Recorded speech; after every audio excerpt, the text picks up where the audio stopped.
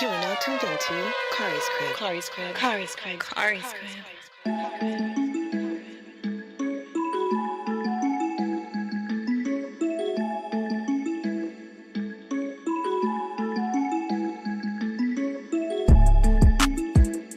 What's good and Tim pretty people? Friday evening, my name is Khary, this is my crib, and I invite you into my home for another evening of the dopest live stream that's something like a podcast, something like a newscast, and sometimes like a showcase.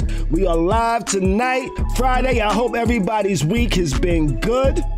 It's been a rough week actually for some of us it's been a rough week, but I hope it's been a good week for y'all. I hope it's been a good week for y'all. Joined this evening by my co-host Beez, Buddha, and the beautiful Tati.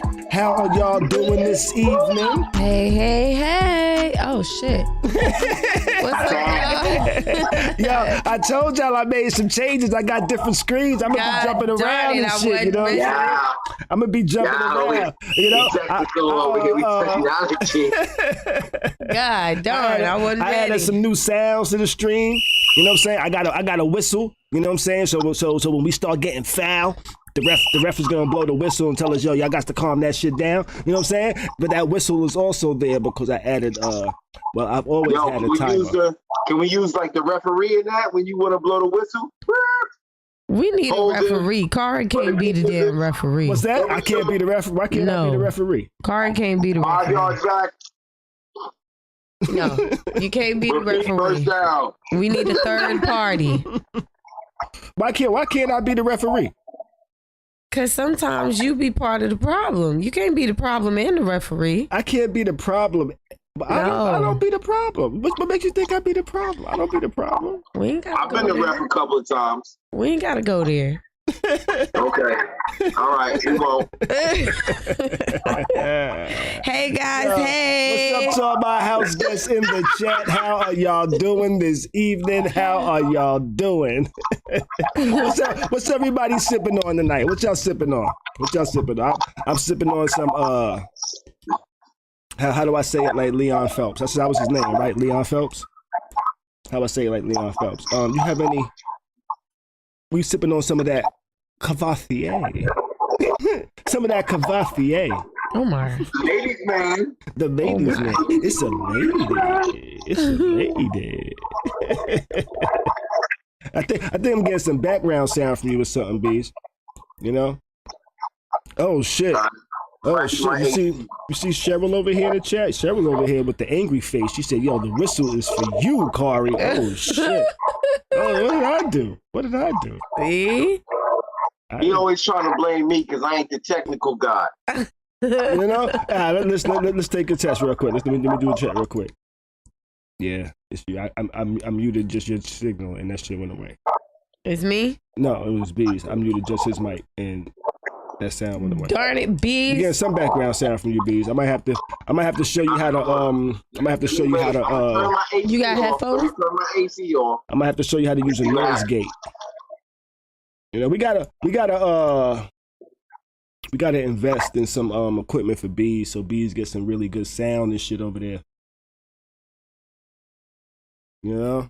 What's that? I think Beez probably just it might be like the sound kicking back from his phone on whatever hard service you using. Yeah, I think it might just be. I think it just might be the reverberation of the sound from the show going through your speaker and shit like that. Oh, wait, hold up. Now, how does it sound now?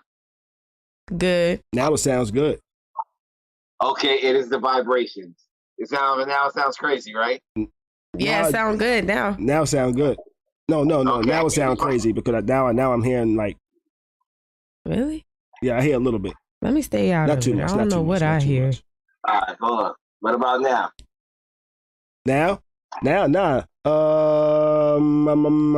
I'm just making noise to try to get it to do it.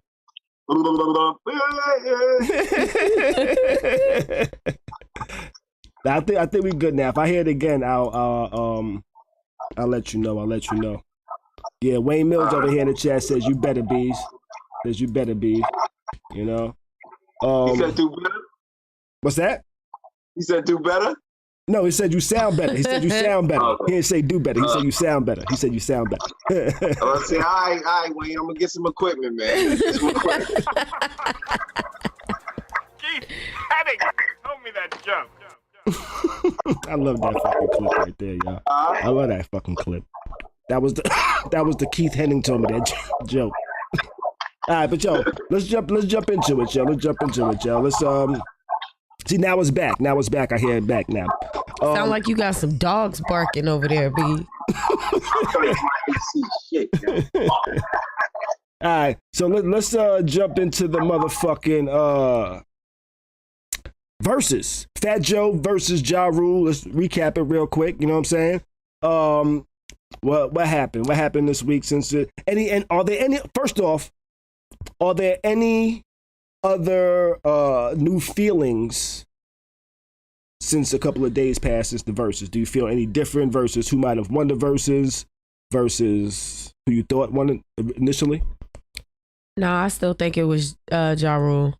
You still feel Ja Rule? Yeah. You still feel Ja Rule as well, Beez? All right. Yeah, and I think I'm still getting that sound, B. I think I'm still getting the reverberation sound from the whatever you got, whatever's going on.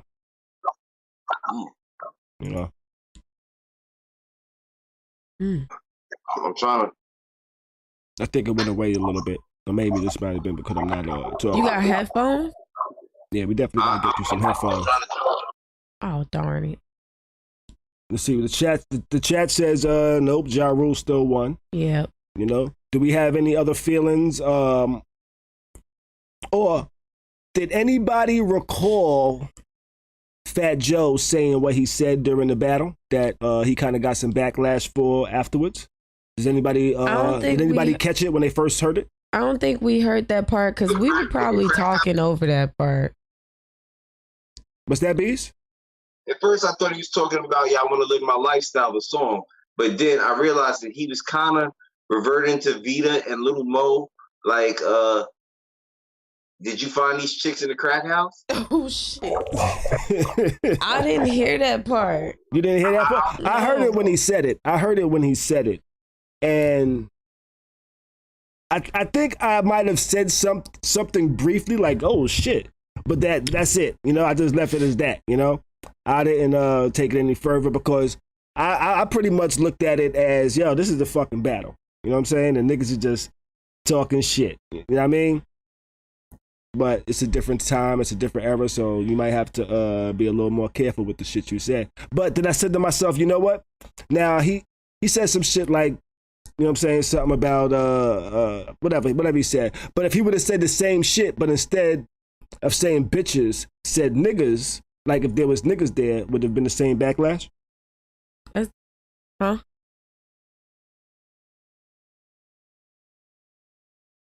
What even triggered him to say that? Like, did he just come out and say the shit randomly? Like, you bought some dusty bitches on stage? Like, what the hell? There was a battle.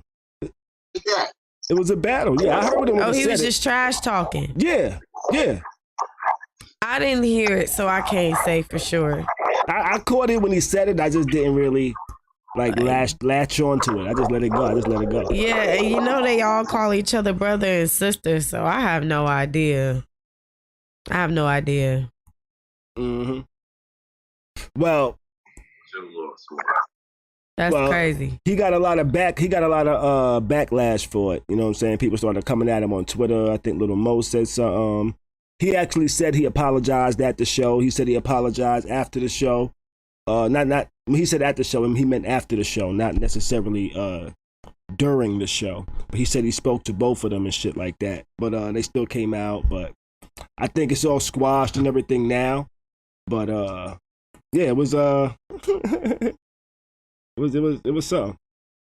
I want to know where the fuck he found Vita at.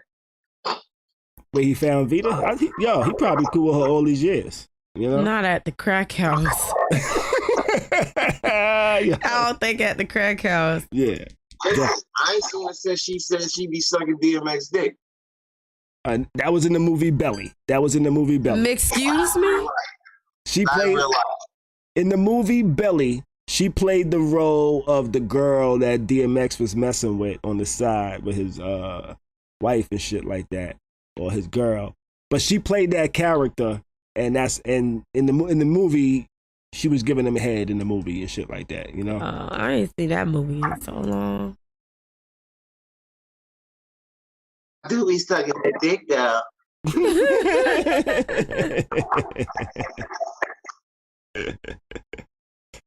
Let's see.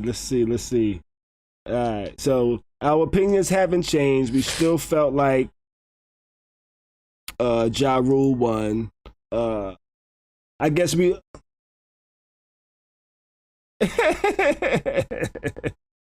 say Jadakiss wins the battle?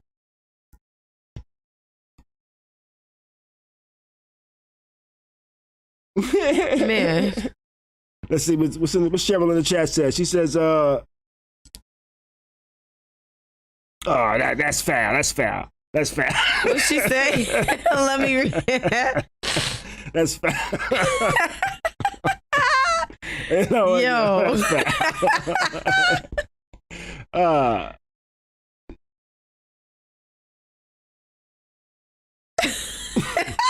Miss Cheryl. What's that?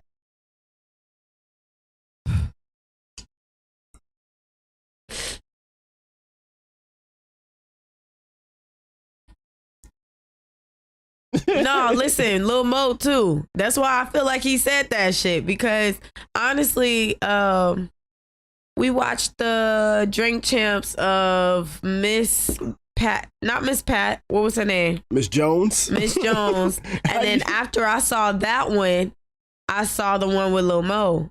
Yo, B, turn your volume down some so it's not as loud for you. I think that might be what's going on. I saw the one for say it again. How about now? I still hear it. Yeah. I don't know, it sound like you got some goblins in the back.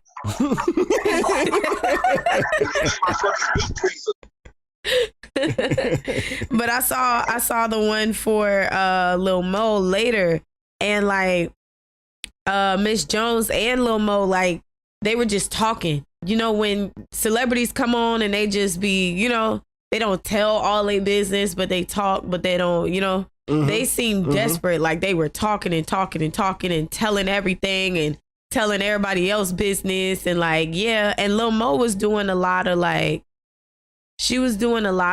oh, I don't know if Ja Rule still fuck with me because he ain't reached back out to me. Fabulous, I don't know if he fuck with me. I don't know if this person, they did this, they did that. And who said that? Lil Mo.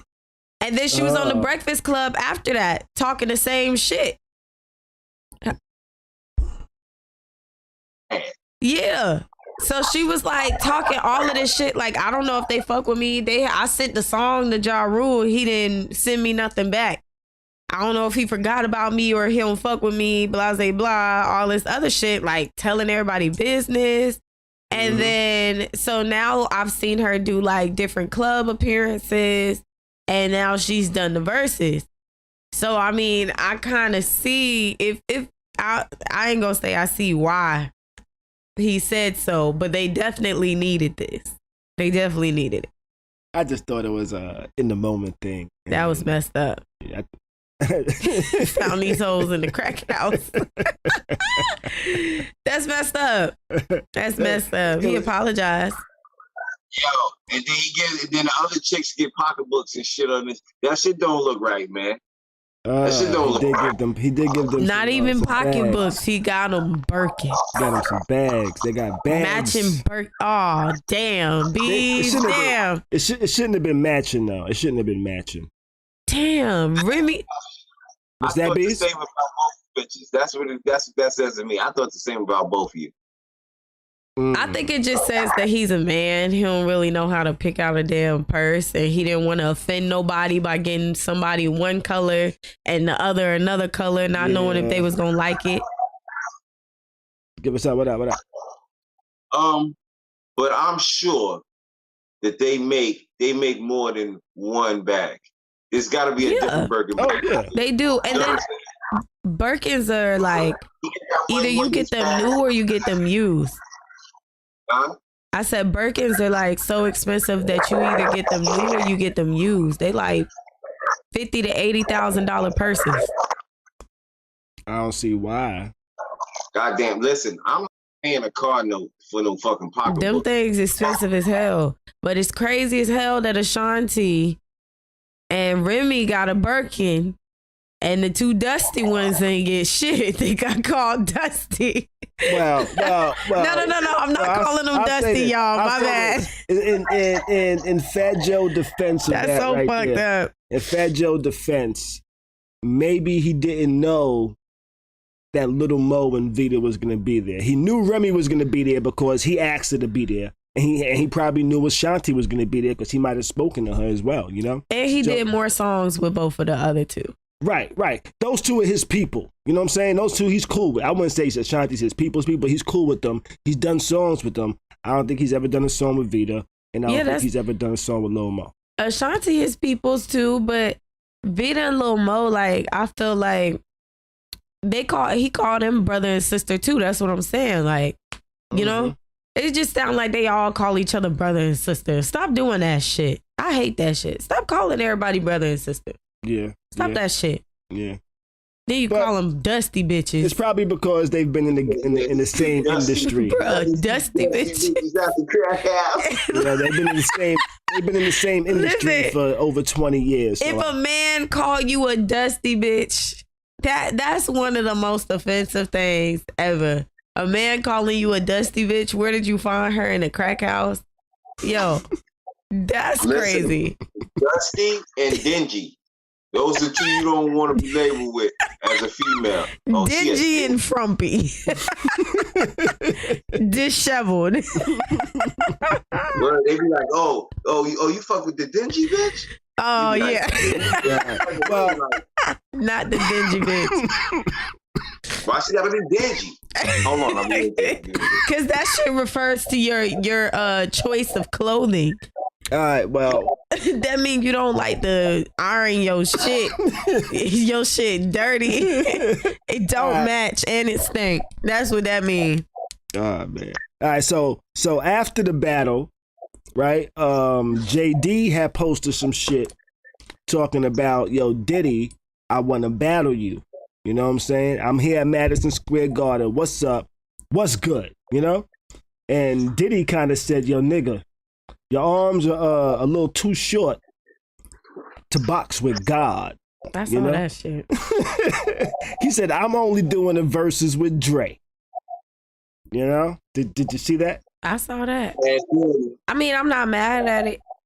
And then I saw T.I. had something to say about it. T.I. got something to say about everything. Yeah, he didn't sit his ass down and worry about, well, you know what? He got some of them charges dropped.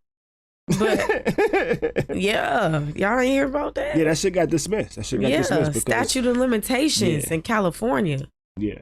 But, yeah. You know, wait, before his business, before we get off of this whole Diddy and JD thing, JD did actually have a response for Diddy. You want to know what his response was? All right, check this out. Let me show you this right here. Here goes his response to Diddy, yo. Like I said, yo. My arms are long enough to do this all day.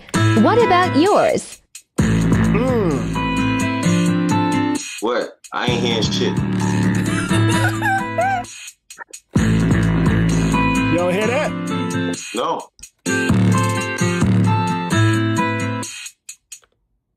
Well, my arms are long enough to do... That was Jermaine Dupri playing a beat, making a beat. Okay. You know, like showing that he's actually hitting the buttons.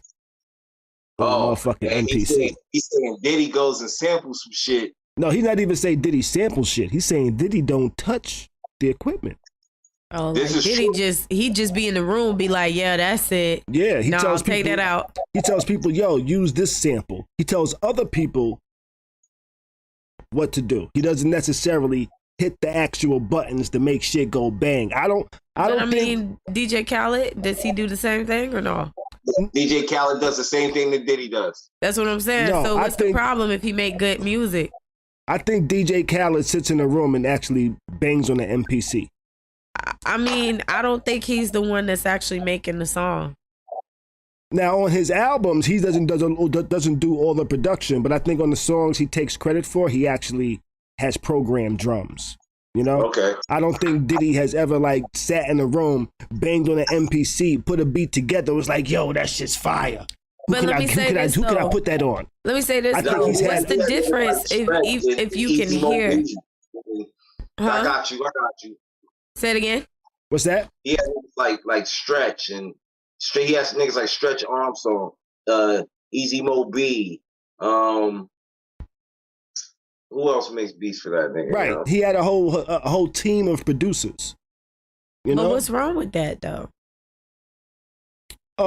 Because he's telling Jermaine Dupri, a person that actually makes beats and produces beats and writes songs, that he doesn't have the talent to match him.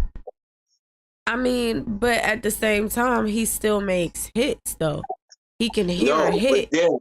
No, I get what Jermaine Dupri's saying, and then you have the nerve to say that, yo, my arms are too short to box with God. I only gonna battle Dre if I battle anybody.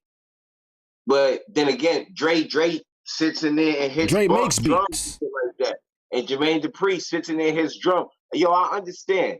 It's basically like you working at a job and you got a supervisor, right?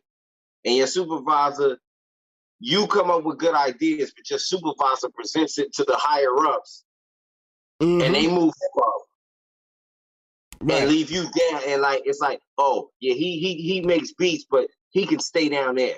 Right. Yeah. It's like I get what you said. it's like your boss taking the credit for everything you do, but knows how to do none of what you've done. I mean, I get what you're saying, but I feel like if he has an ear for good music and he's able to say what a hit is and tell people what sounds good, what doesn't sound good, I mean, that don't really take him out of the competition. Yeah, he got too much dip on his chip, like being cocky, but you know. But like I don't it's like see- this. It's like Tati, but think about it like this. You make the product, but I put my name on it. That's what I'm saying. Like, yeah, he got too much dip on his chip because no, he's not in there actually doing it himself.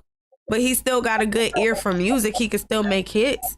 He's still a fucking mogul, you know? Yeah, but a billionaire. The argument is, how can you say to Jermaine Dupri, your arm's too short to box with God, and you ain't never touched a drum machine in your life? That's what I'm saying. so- Yeah, he got to. That's what I understand what y'all saying. Y'all don't need to explain it again. I like What I'm saying is, I understand that. I'm acknowledging. Yeah, he way too cocky to that statement was cocky as fuck. That shouldn't have been said, especially if he's not sitting in the studio. But I don't think that takes him out of the competition just because Diddy's a cocky person. But I don't think that like, I don't know, he's still Diddy. I think it should take him out of the competition, actually. You know why? He working harder. He working smarter, not harder. No, though. let me tell you why. I'll correlate it with something like this, and this has no relation to how much money somebody's made. A boxer, you know, no matter how great a trainer is, they'll never be as good as those championship boxers, right? No matter how great Floyd Mayweather is, he's great because he has some great training, but his trainers can never say, you know what? I can fight better than Floyd Mayweather, or I can fight better than whatever boxer, you know, that I've trained, because you can't, you know, you don't have those skills. I look at Diddy as the role of the trainer telling the other producers what to do, but then he takes the credit like he's the boxer. And that's why I say it should be a disqualification for him. You know, that's why I just came up with that just now. All right, so what's that? I don't want to get y'all off topic. All right. Well, we about to move on anyway. And we about to move on real quick because I misspoke a couple weeks ago. You know,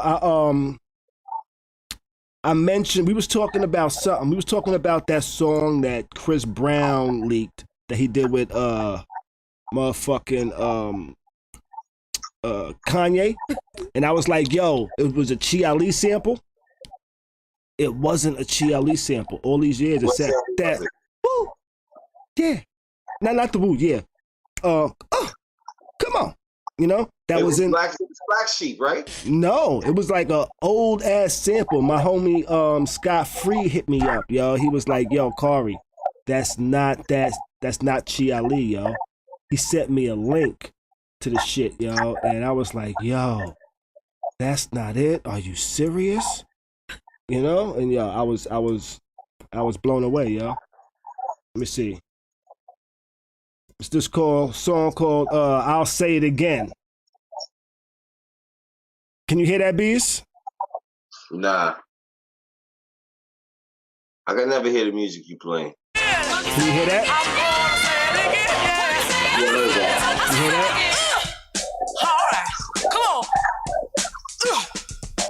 That was from that song right there.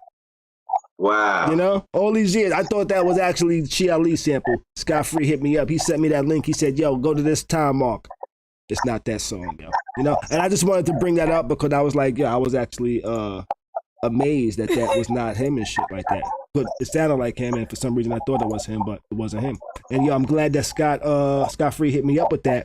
It was like, yo, Khary, you got it fucked up, B. You know, and here we go. I was like, oh shit. Thank you. You know? And staying on pause, you know what I mean? Back on the same topic of Drake and shit, because I think not the same topic, but relating from Kanye to Drake. Drake breaks records again, you know? But this time it was some wild records that he broke, yo. He broke his own record. He broke some wild records, yo. He holds the top 5 of the top 5 of the Billboard 100. Actually, at one time. Did you see he's at top 10? All of the songs on his album is top 10 spots. Now he's in top 10. Last time I saw last time I saw it, he was 9 of the top 10. He was the top. He was number 1 through 5, and then somebody else was 6, and then he was like 7, 8, 9, 10. When I saw it, I believe it was last week or the week before. I think it was last week. He was all 10 spots. Every last one of his songs. Yeah, that one I didn't see. I only saw the 9, which I thought was incredible. That's crazy. That's a crazy ass record. And it was saying he broke his own record. Yeah, he broke. You know something? I think that's why him and Kanye go at it. I really just realized that. I think that's why they go at it. Because at one point, that was Kanye. Kanye was doing all that record breaking, and Drake came and just kicked his shit to the side. Yo. Literally. Oh shit, my bad, y'all. Bro, can I ask y'all a question, please? What's that? Okay. All right. Question is, who had more emotion in their track? Cisco singing about the thongs or Genuine singing about those jeans? Who was it? Wait, say that again, Beez? I'm going with Genuine on that one. You go with Genuine? Yeah. I'm going with Cisco. Listen. I'm going with Cisco on that one. Listen. It says Cisco had veins popping out of his. He sang about them thongs for 2 minutes and then ended the song saying, I don't think y'all heard me. Oh my God. That's the funniest thing. If you think about it, Cisco went crazy about them thongs. Yo, Cisco went crazy. That nigga was on the beach. That nigga was floating above motherfuckers and shit. That nigga was stomping, making the whole earth move and shit like that. Yo, Cisco was going hard for the motherfucker. Thong. Cisco about shattered his vocal cords singing about them women thongs. What's that, Beez? That was the dance move when you heard that song. Yeah. It's just crazy because I'm hearing both songs just playing in my head over and over and over. This man telling you, Genuine, yo, he's crying in that shit, yo. No, Genuine didn't have enough. He didn't have as much emotion as Cisco. Look, Cisco damn near shattered his vocal cords for real, singing about them damn thongs. Yeah, that shit was wild, yo. You remember when he went on Wildin' Out? Who? Cisco. He's on Wildin' Out. He's on Wildin' Out, and what's the nigga that be like, bring that ass here, boy? What's his name? DC Young Fly? Yeah. Cisco had on some of them LED shoes where he had the LED lights at the bottom. Mm-hmm. Oh. What, yo, listen. DC Young Fly was on his ass. Joints back in the days. Huh? We had them joints back in the days. Man, listen. DC Young Fly was on his ass.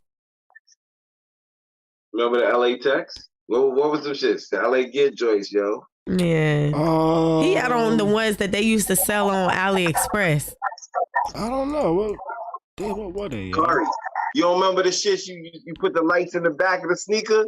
Yeah, those were the LA Gears, yo. Those were LA Gears. Yeah.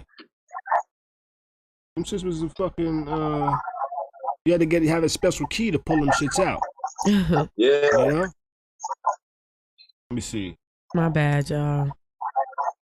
Nah, it's still good. It's still good. They definitely went in on his shoes. I definitely think, just got up. Yo, I never seen that episode. I need to see that episode. Bro, DC Young Fly was like, them shoes.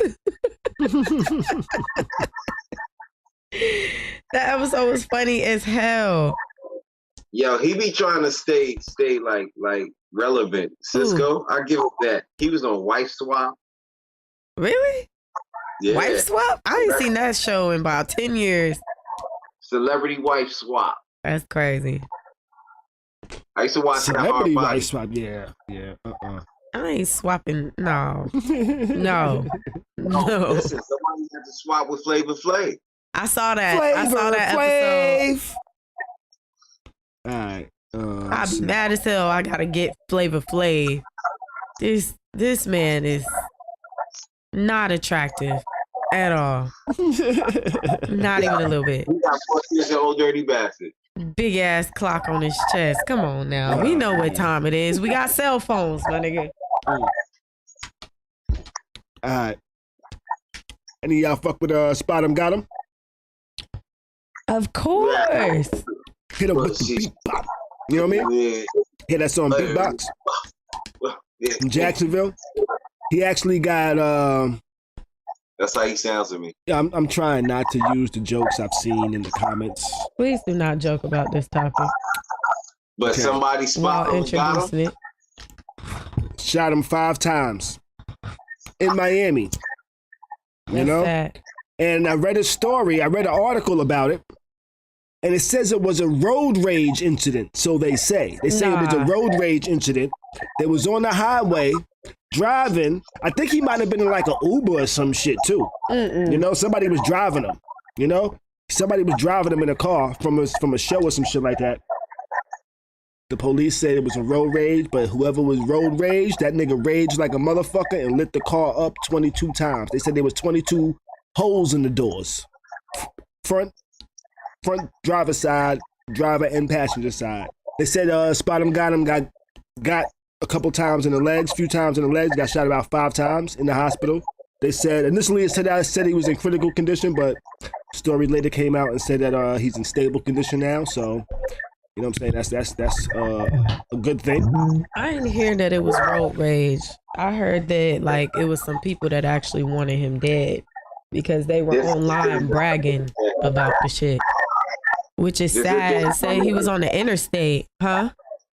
Go ahead. I'm sorry, Tati. Go ahead. No, I was saying it said he was on the interstate and people was like bragging about it, like his ops per se, what y'all call it nowadays, ops.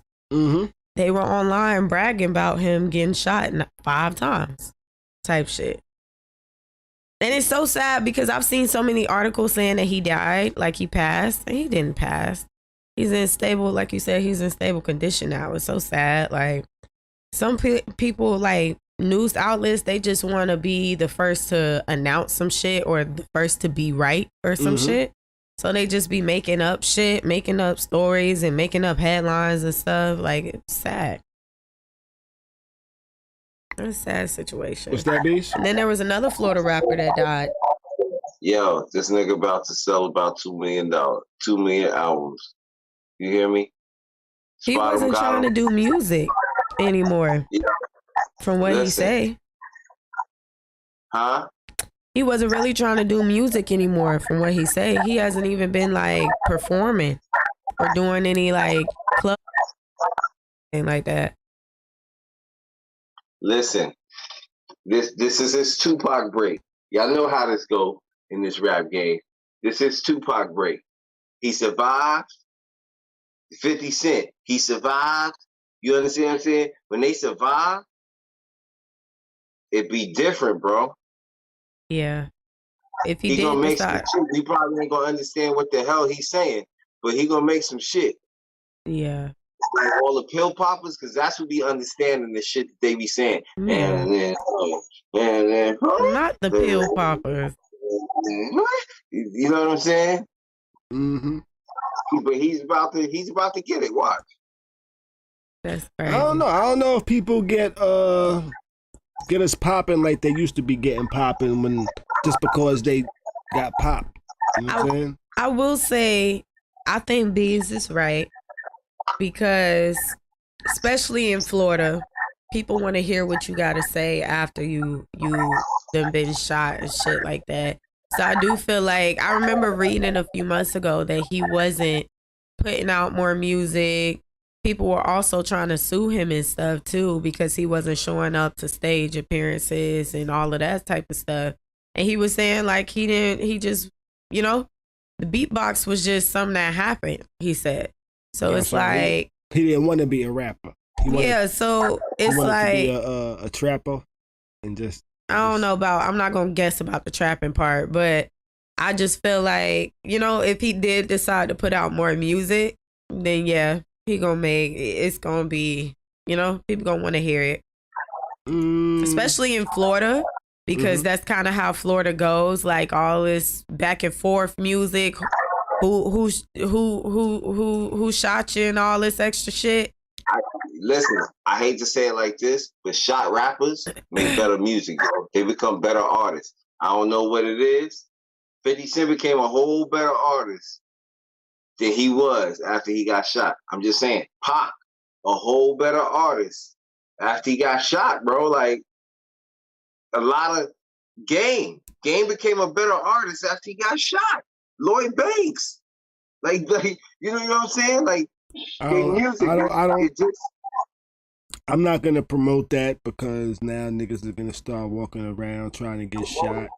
I mean, I don't think they gonna try to get shot, and it ain't nothing different than what's already going on. Shot. I don't want to get shot again. They already. You're not an aspiring rapper. That's what I'm saying. Aspiring rappers are gonna be like, yo, now niggas somebody need to shoot me for me to get this reputation. I mean, I feel like that's what they already doing. They gotta have beef with somebody and all that extra shit. It's another rapper that actually was murdered this weekend. Who's that? Why can't I think of his name at the moment? So messed up. He was actually murdered. Why can't I think of his name? I thought I sent it to y'all. Let me see. His name is Wizard. Let me see. Wizard, you say? On Instagram, his name is Wiz the Wizard. That's his name. Wiz the Wizard. So, what's that? Does he have one? Huh? Does he have one? Or he's just one of the rappers? No, he got hits. He's a Florida rapper. So these are Florida rappers. He's a Florida rapper. He was he's like cool and close with people like Jack Boy and Hot Boy, all of these Florida rappers. He was actually like murdered at his house last night. So it's like this news and the Spotemgotem news came out at the same time. Got you. It's sad. I hate to see all of this back and forth bullshit. I hate seeing it. Propaganda because he had beatbox. What's that? You would say that Spotemgotem's was just more talked about because he made the beatbox song. Like, and that shit is like. Mm-hmm. Nah, the other dude, he's being talked about too. A lot. He's like, I'm hearing a whole lot of kickback. These aren't just underground rappers. I mean, these are rappers that, maybe they are more local to Tampa. I don't know. But they're both being, not Tampa, but to Florida, but they're both being talked about. It's like one of the biggest, I don't know. It's sad though. I don't like seeing this type of shit. I hate seeing these kids die like this because Spotemgotem, he's 19. Mm-hmm. Could have died. Like, I don't know. And then to see them making hits and shit, kind of like Pop Smoke, to see them like kind of making hits and getting big and just to, somebody to kill him. Right. That's just sad. It's fucked up. Tell you that. That's sad. That's what it is. It's fucked up. Yeah, but let's move it on. Let's keep it going. That's so sad. Tonight's show is called Step Daddy Season. Have you ever heard of such a term? Either of y'all? Yeah. What season normally is around from from Halloween to New Year's? I mean, stepdaddy season is the same as cuffing season. Is it? It's they overlap, or are they the same thing or different things? Say the same thing? It's cuffing season for single moms, literally. It's still stepdaddy season is cuffing season. Okay. Well, we came upon this topic because of Brittany Renner, and she's a new mother, if I'm not mistaken. And she recently split from her dude, who's some dude that plays in the NBA. I forget his name off the top of my head. I'm sure somebody in the chat would be able to fill me in with what this gentleman's name is that was in the NBA that got 1 second, Beez. 1 second. What's that? And now she's looking for Mr. Earl. Yeah. She's looking for Mr. Earl that is Mr. Earl the Pearl. That's what she's looking for. You know what I'm saying? She's looking for a retired NBA nigga now. She dealt with some nigga that played soccer or some shit that was like some famous international soccer player or some shit. That she got popping and started making a name for herself with social media and shit like that. Then she started dealing with this nigga, got pregnant, had a baby, and had a very public I'm breaking up with this nigga and getting mad money from this nigga type of breakup, which is kind of wild, But now she put out this video recently talking about it's stepdaddy season and niggas shouldn't get mad that other niggas is gonna be around your kid, nigga. You can have whoever you want around the kid. I trust whatever the fuck your choices are, but I don't know. Why you shaking your head? I see everything wrong with that statement. One, as a mother, as a single mom, I don't be having people around my kid. Not at all. I'm gonna tell you right now, it's gonna be a minute before you come around my kid. Two, when people say shit like stepdad season, it makes me uncomfortable. I'm not actively looking for a stepfather or for a stepdad for my kid. I have a daughter, so I don't know if maybe that's different than having a boy, but I'm not actively looking to have another man around my kid. I know one day it's gonna happen, but that's a little weird for me. Y'all looking for stepdads in just anybody? Y'all just letting anybody around your kid? No. My baby doesn't meet people unless we're serious. And that's just something I don't play about. Got you. That's weird to me. No, ain't no stepdaddy season. No, we don't make a season out of it. We don't just have random niggas around our kids. We don't do that. Right, which kind of makes it be like she knows it's going to be some temporary shit. Of course. I've been a stepdaddy once or twice. It's a season. You've been a stepdaddy once or twice?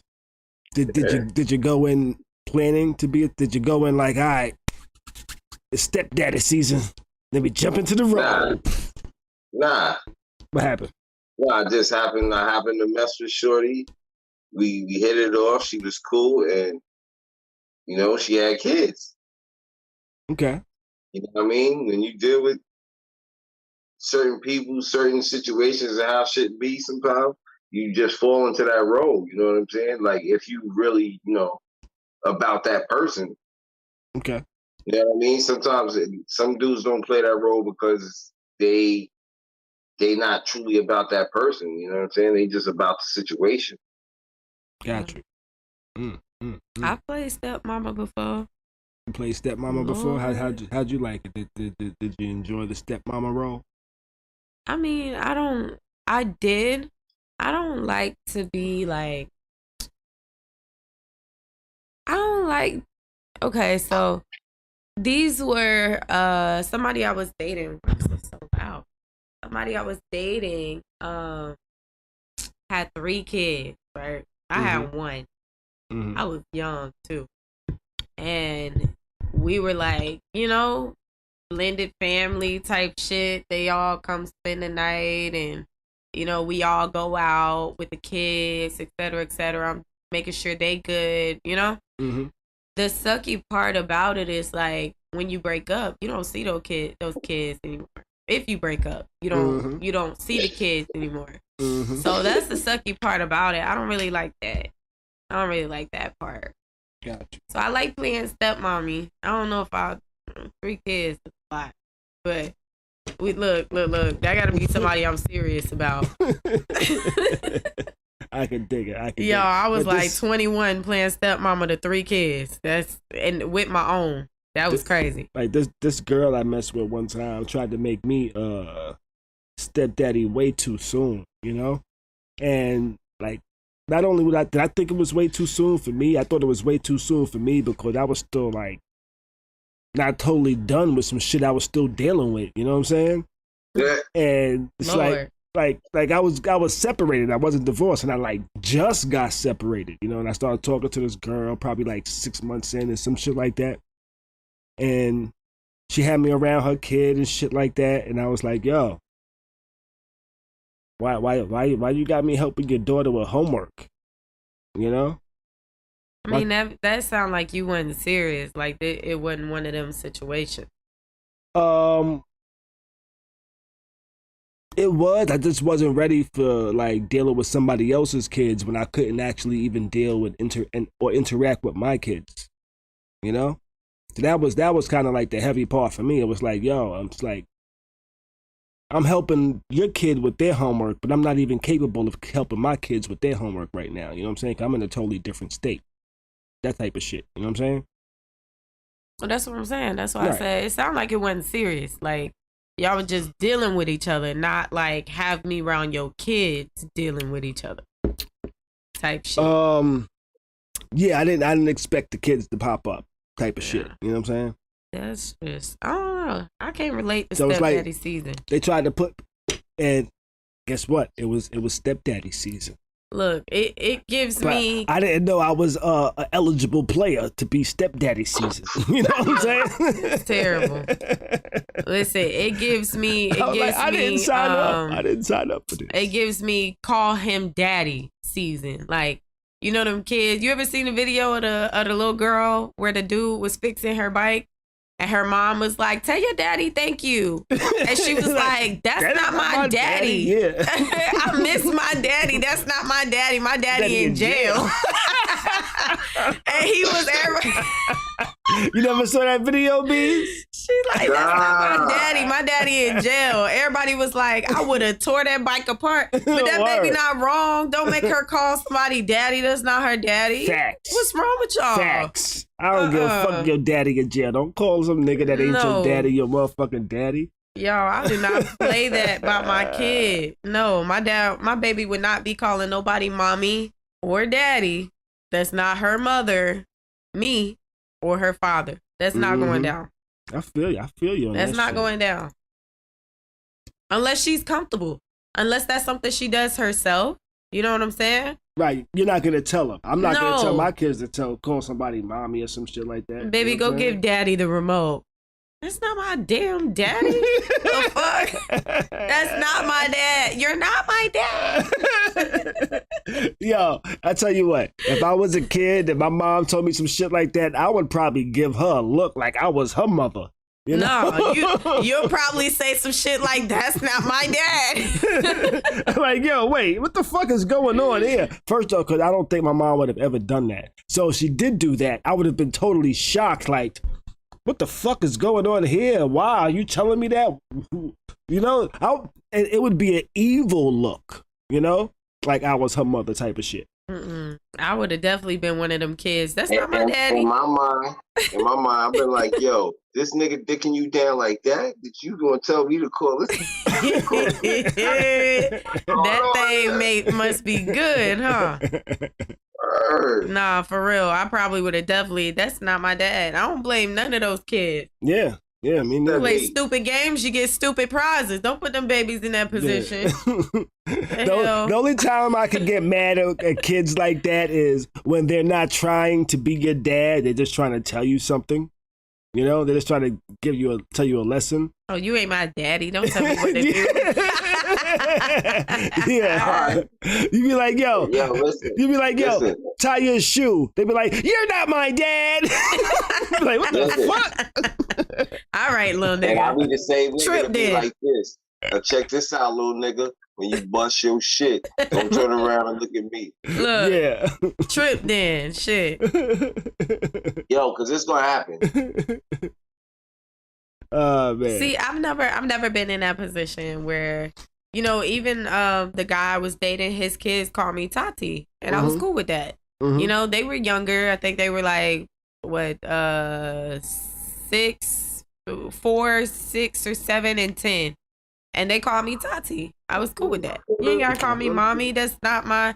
And you know what? When we would go to their cheerleading and their football games and stuff, the little kids that they'll be with be like, "Is that your stepmommy? She's so pretty." And they'll be like, "That's my dad's girlfriend, but she's gonna be my stepmommy one day." You know, so it'll be weird. And then their mom will be there too, so they'll be like, "That's my mommy, that's my daddy, and that's his girlfriend, Tati." What's that, Beez? I need my tablet. Somebody said something to me in the chat, but I don't know. They cussing you out for this feedback? Oh, no, they just talking to you. My bad. Look at Khary. Definitely suspect. What? You talk about your beard. I'm a grown man now. I'm an adult. You know, my beard actually grows now. Somebody watering that beard. Beez got his head down like, I guess I'm not an adult, huh? Look, somebody watering that beard. Oh, shit. Let's, what time is it? What time is it? 10:14. Yo, we about an hour in, right? We about an hour in, I think. Right? Let me see. That's what motherfuckers say when they try to avoid the question. Now, all of a sudden, we got to be on topic. Yo, no, yo. Why you talk about Beez's beard? I'm proud of us, yo. We was kind of focused. I said the other day. Oh, I got a little chinny chin chin. Yeah, you do got a little bit of remember what was that song back in the days, Beez? What, Peach Fuzz? Peach Fuzz. Yeah, there's a song called Peach Fuzz. Peach Fuzz. I'm not even sure what that song was about at this point in my life. You know? Peach Fuzz, nigga. I'm not sure what it was about. It was nasty. It was a nasty song? I don't even know. I don't even remember the song. Fuzz. Gotcha. You know where the peach is? Yeah. It has no fuzz. Well, nowadays a peach is something different. You know, a peach might be like a hairy butt, like a fuzzy butt. You know what I'm saying? I be jumping in at the wrong. Yo, yeah. Time out. Can you repeat that for me? Yes, Yo. he did, Miss Cheryl. He really did. All right. Thought he was slick. It's like a fuzzy butt, right? That would be like a fuzzy butt. Nah, it ain't even that, Peach brother. fun. You in a whole different boat. You Nah, that's a swimming in whole water different with no boat. oars. Nah, but yo, I like how we kind of like stayed on topic and really like kind of wrap shit up. I said, you know what? I'm gonna make this a little bit of a podcast too, yo. You know what I'm saying? So I'm gonna put this on as audio. So like that first part right there, that's gonna be the audio. So whatever we do after the audio is after hours shit. So if niggas is listening to the podcast and shit and they hearing this shit right now, yo, we still going for we got some more shit to talk about, but. So let's talk about it then. No, we are, nigga. I'm just saying we going into after hours. This the after hours, nigga. You know what I'm saying? We in the after hours, nigga. You know what I'm saying? Oh. Like, you know what I'm saying? So I'm just saying, I'm just trying to make it like really hype. So like when people actually listen to the podcast version of it, like tomorrow and the day after, and when we're not actually live, they could be like, yo, what else were they talking about? So if they all want to check out what the fuck we've been talking about, watch the shit live, motherfucker. But yo, that's what I wanted to say. But that being said, real quick, Fresh Prince of Bel-Air reboot is actually happening, and it's just gonna be called Bel-Air. You know? Where did you see the cast? I saw the cast. Watch none of that shit. It's gonna be Who's the cast? I don't even a bunch know of people them I've never folks. heard of. The director I never even heard of, but I saw some of his work. Did you see What is his work? his work? Did you see the trailer for Bel-Air? Either of y'all? He's like a I saw the trailer. He's kind of like a short filmmaker, like a local filmmaker type shit. So this is his first big project, if I'm not mistaken. He's actually the reason why the project is being created. You know? He created probably like a 3.5 minute trailer of a reimagination of the Fresh Prince of Bel-Air. You know, but he made it like a drama, you know, like a real gritty drama to where like there was like a lot of emotion. The shit was kind of dark, you know. It wasn't no comedy sitcom that you watch as a family and shit like that. This some shit y'all like sit down with the light source, eating popcorn, like, yo, what's gonna happen next type of shit. You know what I'm saying? Yeah, I hope there's some life lessons in there. Cause see, that's what people don't notice about what you call it. Like, is it gonna be black? Yeah. All right, see, but that's what's missing from a lot of black TV, like the message, the you know what I mean? Agreed. Yeah. Like, Let's see. it's no message. It's like a lot of shit be no message. Like, I'm gonna play the trailer. I'm gonna just let you see the visual of the trailer. That's the trailer going on right there. You know? Let's see. Not a game, Will. Look at you. Let's see. Look at you. Look at you now. So The only reason why you're not in jail is because Uncle Phil called in a favor. Take your time. Go deep. So they made it like a drama. So easy. also now his basketball talent. So You throw this? You stupid. based upon the same kind of story, Mm-hmm. you know, Morgan Cooper.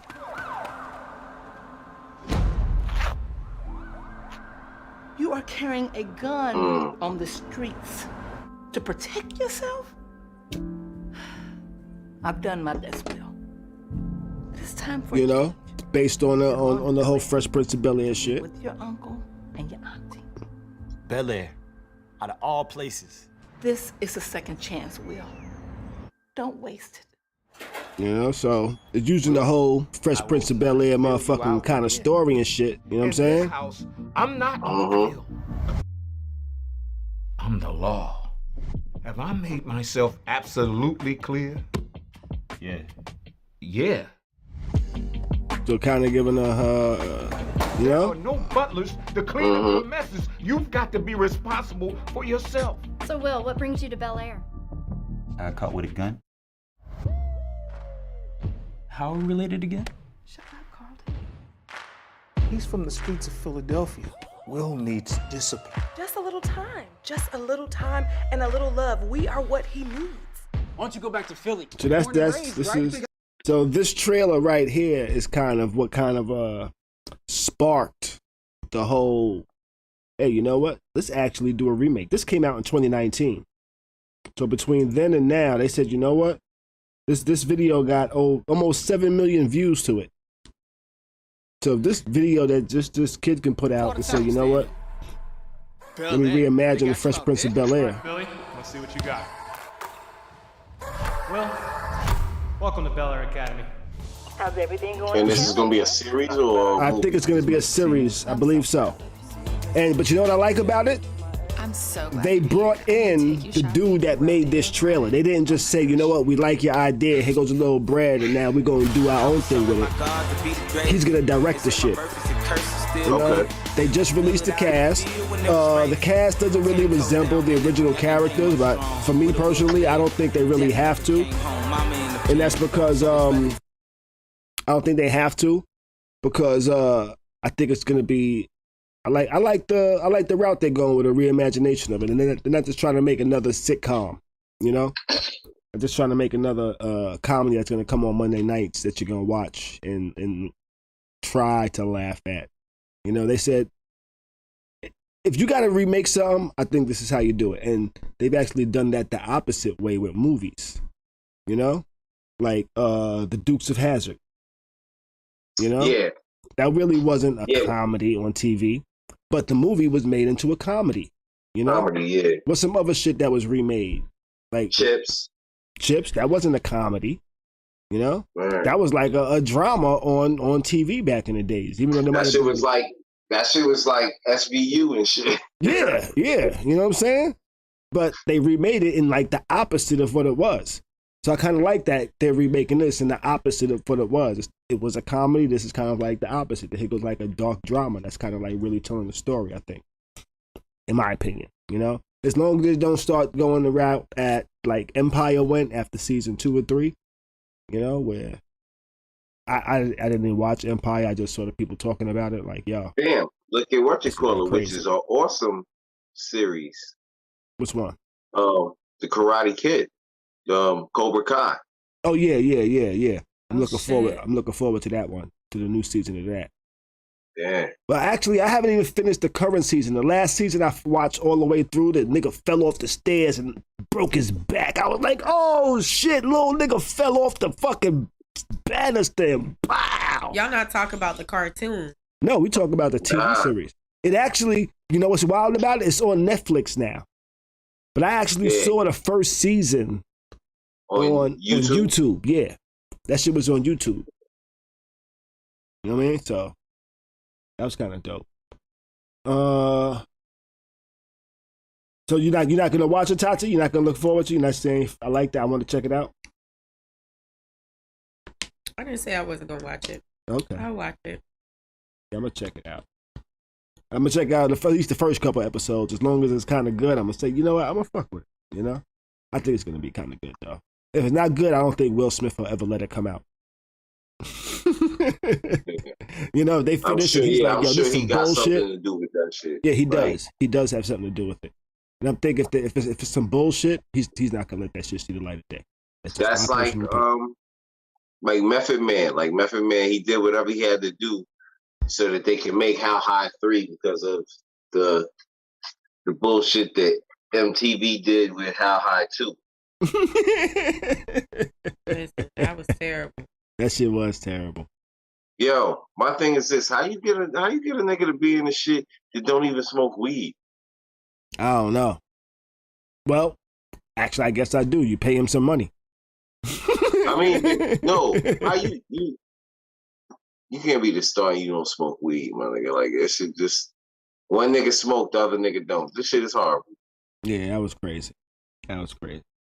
All right, let's move on. Has anybody heard about Lil Baby got for $400K for a fake watch. Did he go to the jewelry store and buy this?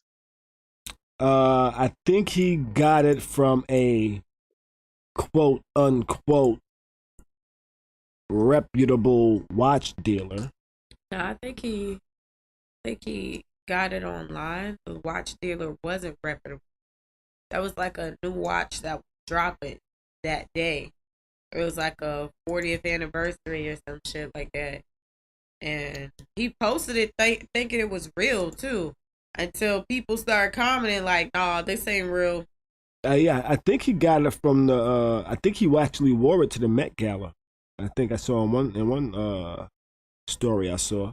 They said he spent $400,000 for a fake Patek Philippe.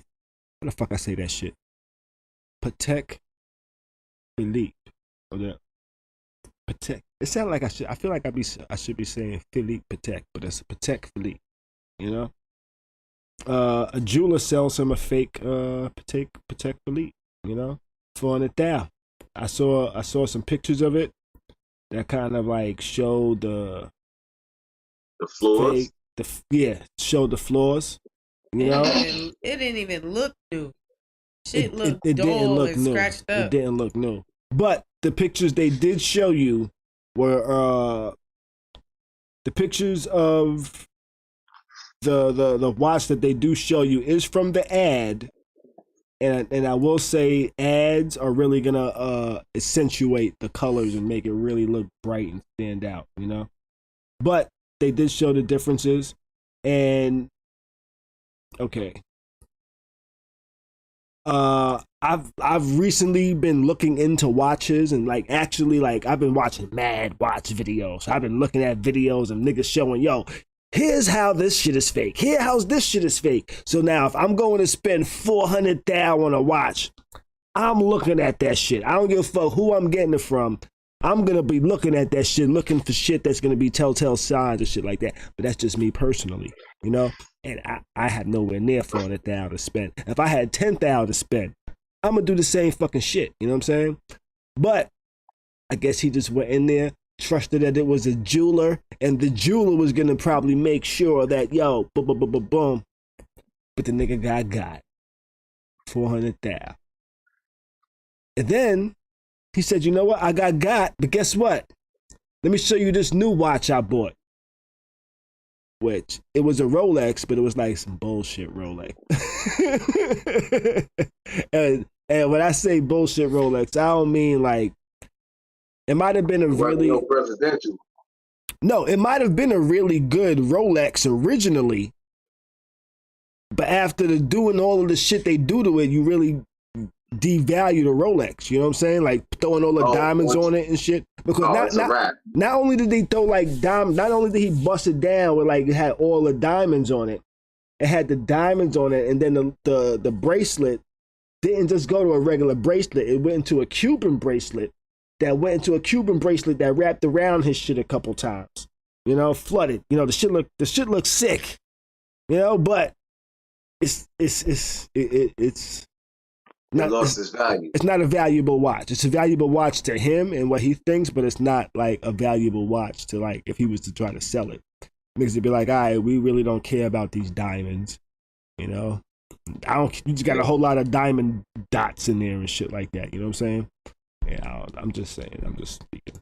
I have no clue because I haven't bought no diamonds that big before or that in that abundance. You know, but yeah. I'm gonna do a Google search. You know what I'm gonna do a Google search for? Lil Baby new watch. Let's see. What's it at? Oh, I ain't gonna look too hard for it. I just want y'all to see it real quick. Yeah, oh well, I don't see it. But I thought that was interesting. And I don't think I'm going to buy a watch of really significant value without checking it out. That's just me personally. Nah, that's what I used to be on that, what you call it, spending heavy on a watch still. Well, what was spend heavy? I think the most I would spend is maybe $4,000. Okay. That's light for watches, nigga. Yeah, I know. You know, I mean, but that's light. And I'm talking. I'm not getting into 5. What you call it? When it starts getting to like, I could buy a car or something else with that. Yeah. It's certain, you know what I'm saying? Yeah, It just changes for me. Yo, fam, some niggas be doing that shit like it's candy, nigga. You know, niggas be just having like watches, like $10,000 watches, like nothing. I aspire to that. Yeah. You know? You know? Yeah. I think my max right now would probably be like 1,000, 2,000 on a watch. You know? That'll be my max, and that'll just be like one for the year type of shit. I'm talking shit right now too. Shit. Let's see what we got here. You got a story time for us tonight, Beez? Nah, not really. No story time for us tonight? All right. It's been a harsh week, man. Been a harsh week? Got you. I feel you on that one, bro. I feel you on that one, for real. This is a story that Tati had sent me earlier this week, and she was pissed about it, you know? And it's talking about financial institutions to report $600 or more deposits to the IRS, you know? And this is a law that might be passed by Biden, or might try to pass by Biden. And Biden, Tati was like, yo, I don't know about Biden, yo. That's not why. I didn't know about Biden. I know, but she just added on to it, you know? Nah, he got us fucked up. That's a big ass gap between $10,000 and $600. Like, that means the IRS is in everybody's business. They ain't got no business being in my goddamn business. Okay? Mm-hmm. That's terrible. I feel like that's gonna fuck with. I feel like that was aimed at small businesses. This is America.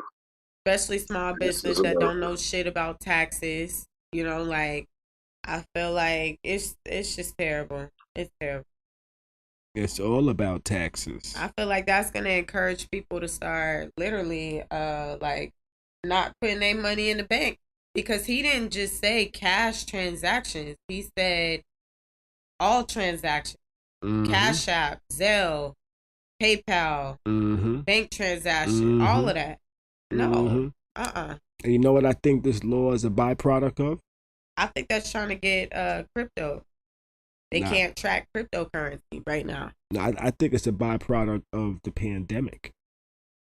Mm-hmm. You know? Because prior to the pandemic, everybody was pretty much, well, I won't say everybody, but a majority of people were tracked by the government, because the companies that's paying you and that you're working for is reporting whatever the fuck they're spending and shit, so they can get whatever benefits on their taxes and shit like that. But since the pandemic happened, a lot of people been out of work, you know, and a lot of people said, you know what, these bills are still coming. I got to get on my hustle. I got to get on my grind, you know, and they got out there and started making money on their own. And then companies said, hey, come back to work. And people said, yo, fuck that. I'm out here making money on my own, and I'm making better than y'all were paying me type of shit, you know? And people are now out there doing shit on their own. And the government is like, yo, you got to pay taxes on anything you make over $600. And a lot of people was like, fuck that. Yeah, they was like, fuck that. Y'all don't see what I do under 10K. Fuck y'all. You know? And somebody said, yo, okay, a lot of people, there's a lot of taxes that we think we're not getting, because I'm pretty sure people are making transactions.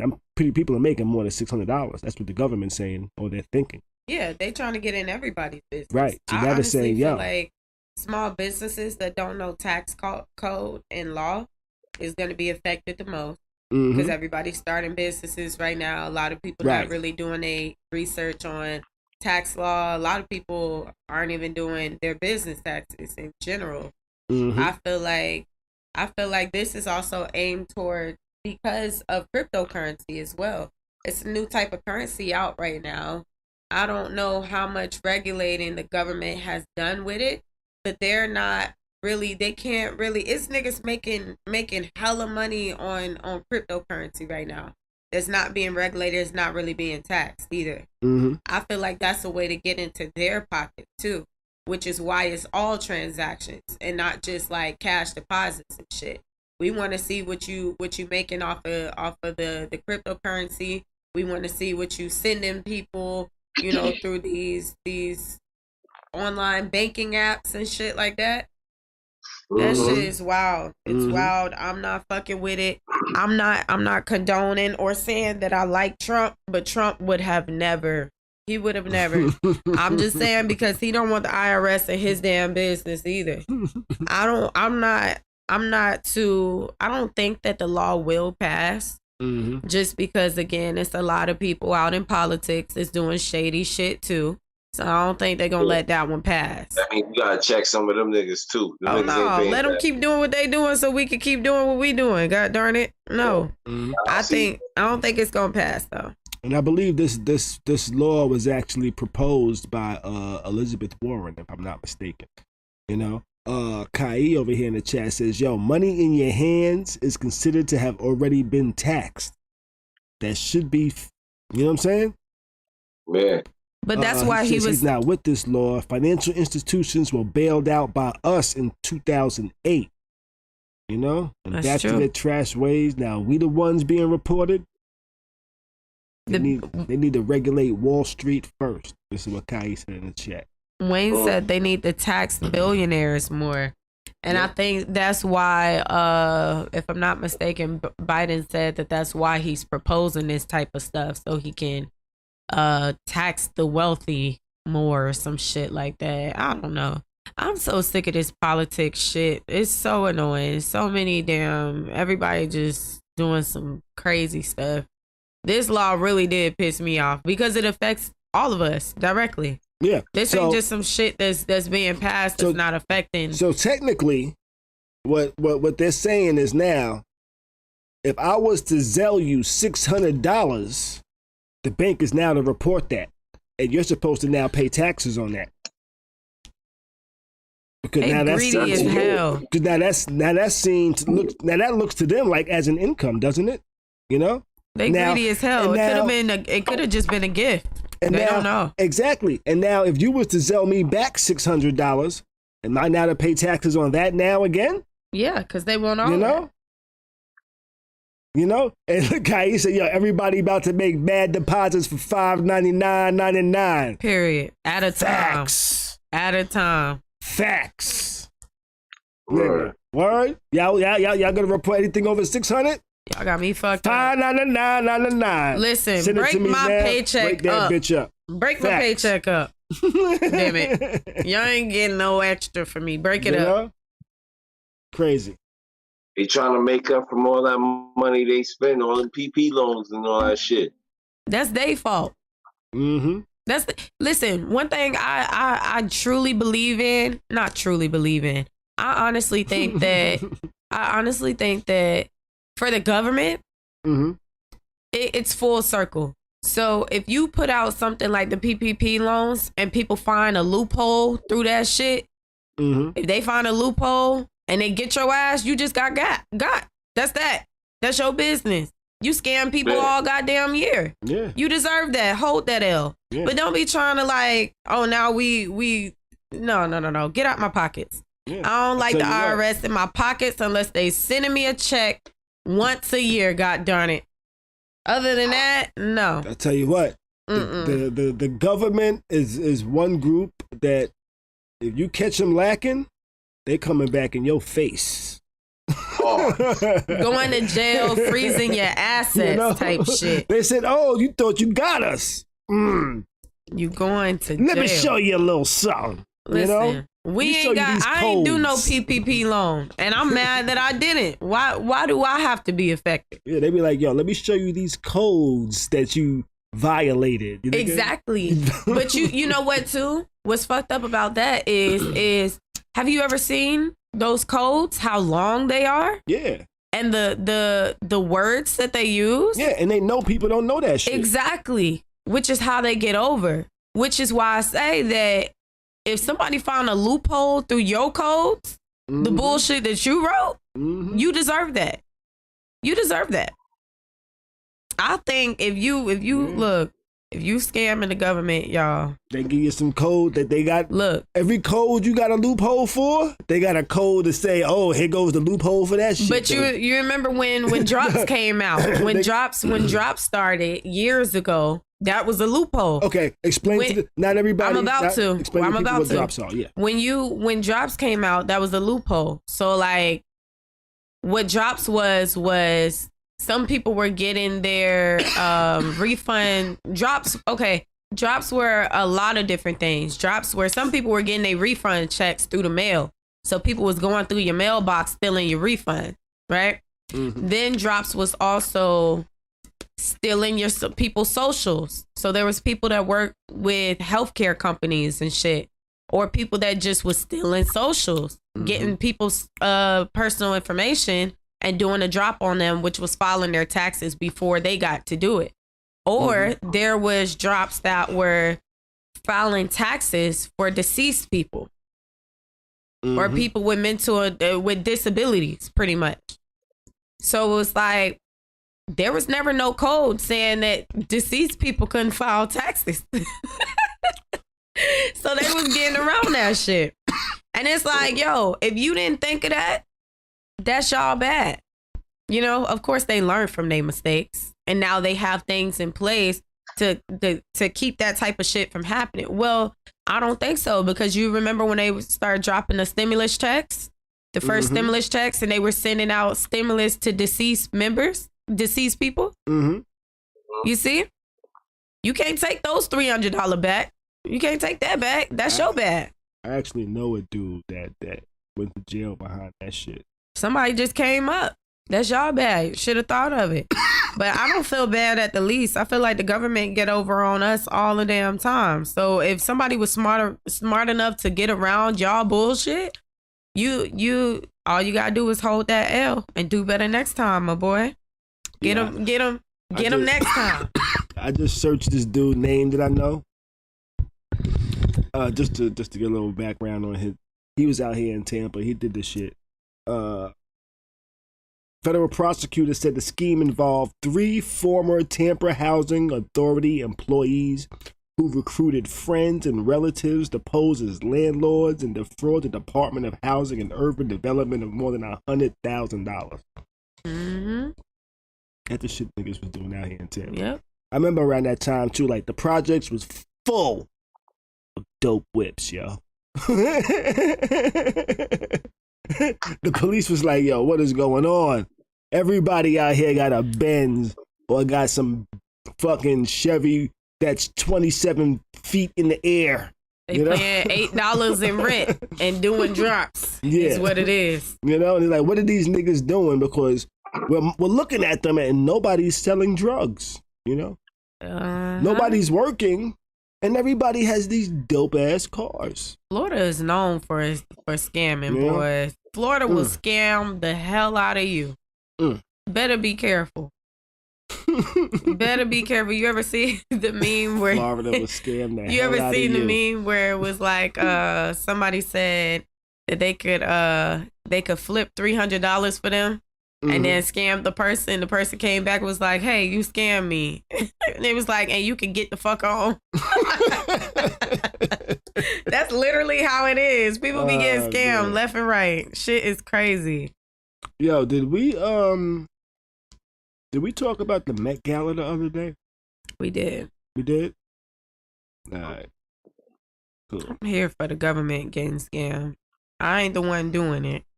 Again, I'm not the one doing it. But I'm here for the government getting scammed. That's y'all business. Other people do it. Other people. I be clapping. Y'all found a way to get 100,000 out the government, out of Uncle Sam? Yeah. And shit. I tell you, Uncle Sam don't like it when you do that. Look, they was probably mad that people was scamming them with the PPP loans and then Cash App like wiring it to other people. Yeah. They like, oh, I got y'all. Hell yeah, they was angry as fuck. I'll tell you what, Uncle Sam, spiteful ass nigga. That ain't my uncle. Listen, I keep telling you. y'all. Think so? I know so. That ain't my fucking uncle. Right. Think about the niggas that you know that did the PP and all that, right? Watch how niggas slowly just start disappearing, and you like, yo, what happened to the nigga? It's been happening. Like, oh, the nigga moved to such and such. No, that nigga moved to the feds. That's what he moved from. I saw a story the other day where nigga got 17 years for this shit, yo. 17 years, yo. That means he got a lot of bread. And you know what? And got to pay back $6 million. You know what, too? People, when he was saying people disappearing with the PPP loan shit here in Tampa, it was just like, you see one day everybody balling. Cuban links everywhere, right? Everybody in Miami getting Cuban links, cars, everybody partying, all types of shit. Let's fast forward. I'm gonna give it a month. I'm gonna give it a month and a half. Niggas is dying left and right. People getting shot up in lawn chairs in their front yard. People dying in traffic. Like niggas owing money and shit. People just shooting shit up, shooting the clubs up and shit. Like it's crazy. And not in a nice way. And it's like, damn, y'all could tell when the money running out. People dying. Like, you know? Yeah. Shit's crazy as hell. Money start running out and people start looking at who still got some money. Or who owes them some money. Yeah. Which is stupid. If a nigga owe you money and you kill him, how you gonna get your money, nigga? Money, yeah. You know what I'm saying? I never figured that out. Yeah. Niggas just be like, it's the principle. Yeah, and you're still broke, nigga. That shit's so You know what I'm crazy. saying? You're never gonna get that money, and you're probably gonna have to spend some more money. It's gonna cost you money now. Situation. Yeah. Yeah, if you didn't do it smart. And a lot of times it don't be smart to be at the spur of the moment because I'm angry and shit. I'm angry you don't got my money. And now just because you don't got my money, I'm never gonna get it. Here goes a bullet. You know? Yeah, Miss Cheryl, look, that's how that dude got his chain stolen. Which one? Man. That nigga that had 20,000. Yeah, the lottery winner. And he was on the floor in the store talking about somebody help me. Yeah. Help me. That's not funny. That's not funny, y'all. Help me, please. It's not How you gonna spend everything you won on the chain? Listen, it's not funny, but this man spent everything on one chain and went. Not buy a gun. I always gotta add that to it. I'm not gonna say that he went back living in the projects because I don't know his life. I don't know if he, own a business. He probably did. But like, that's insane. That's poor money management skills, y'all. That's what we need to work on as a whole, as a culture. It is. Because you can get as much money as you want to with these PPP loans and shit.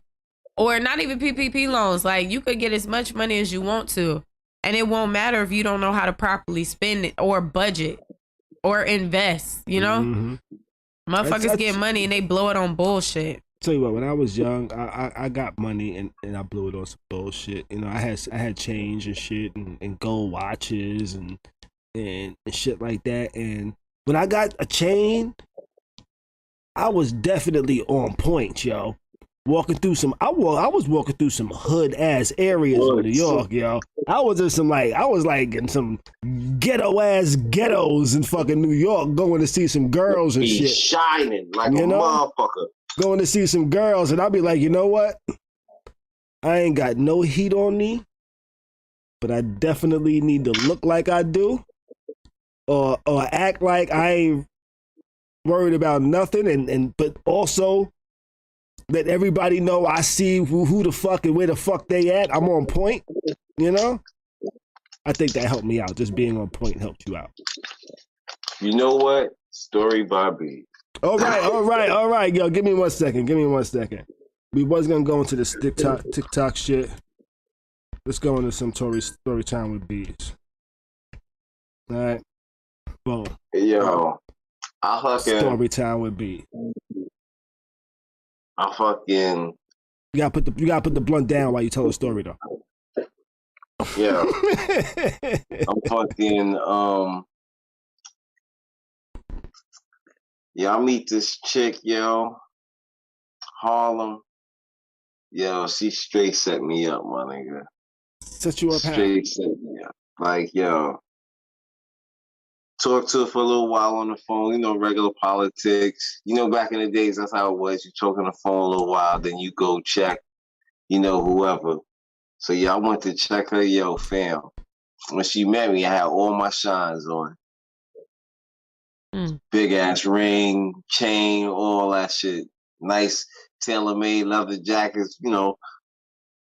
And fucking, well, I go to meet up with her one night in Harlem.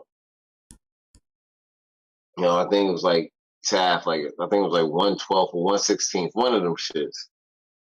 So I go to meet up with her. When I get to the train station or whatnot to meet up with her, I see her, she meet me, whatever. So she like, yo, I see some dudes. So I ain't think nothing of it, though. So then she said something to me about the dudes, like, yo, you know, one of them dudes is my ex-boyfriend, and, you know, he a little jealous about what you call it. He was just kind of harassing me. So I'm like, oh, yo, it's whatever, you know what I'm saying? Whatever he want to do, it is what it is, yo. You know what I'm saying? So what's good? Like, yo, we going back to your crib, whatever. So we come out. She like, yo, go to the store, get some roll-ups. These niggas come out the train station, but I ain't even peeped that they walked around the block.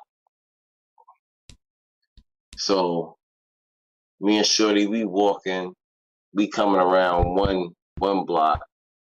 I seen the niggas coming down the block because it's a schoolyard, so you know you can see through the fence and shit.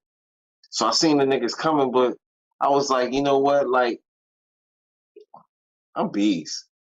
Fuck it, let's go. You know what I'm saying?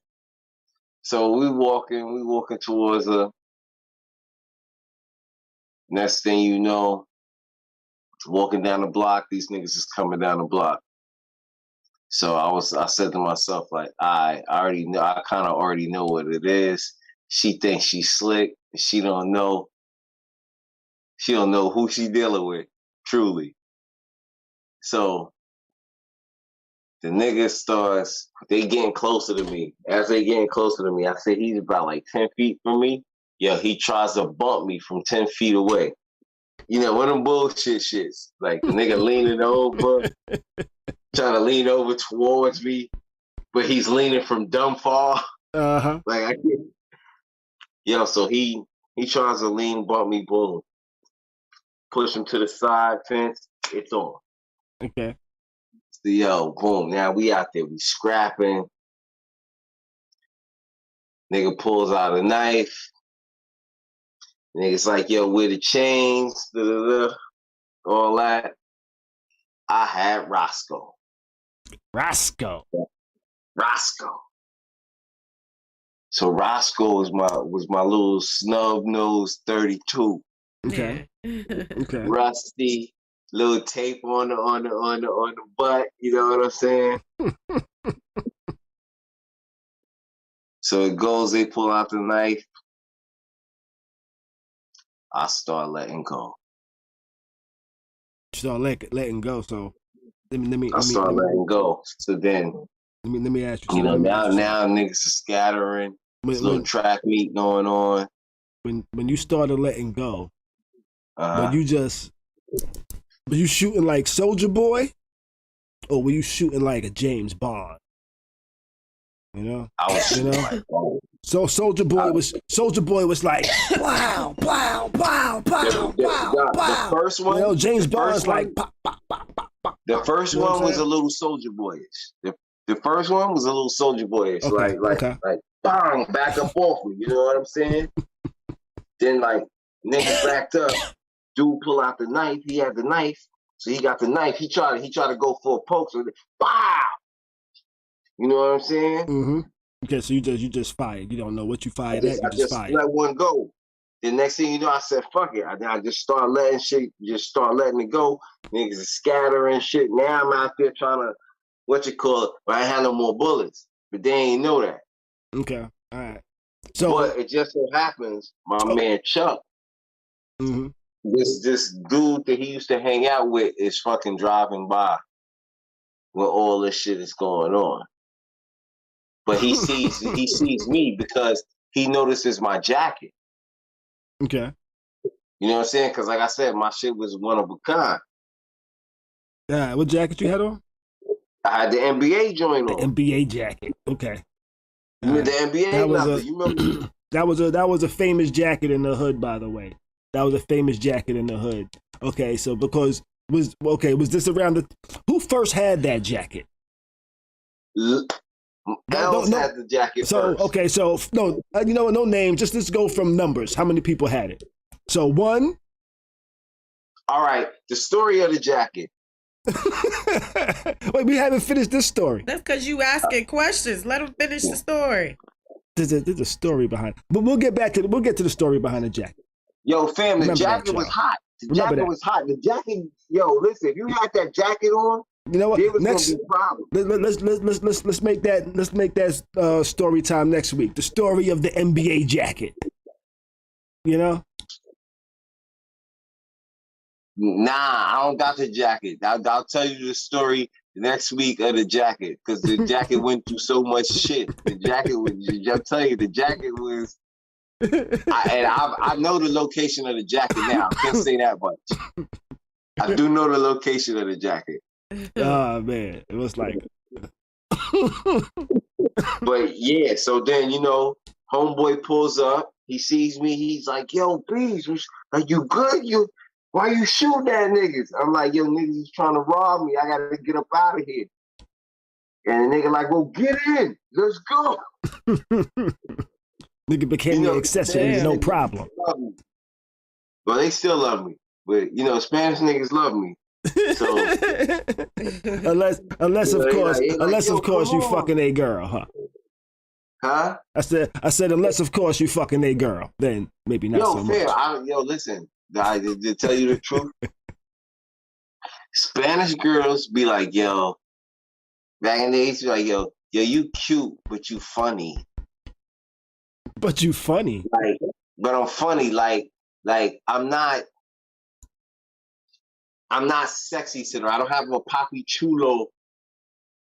I don't have an eye papi. I don't have that appeal to them. You know what I'm saying? Got you. I have a black woman appeal to me. I mean, I hate to say it like that, but I have a black woman appeal. Like I attract black women.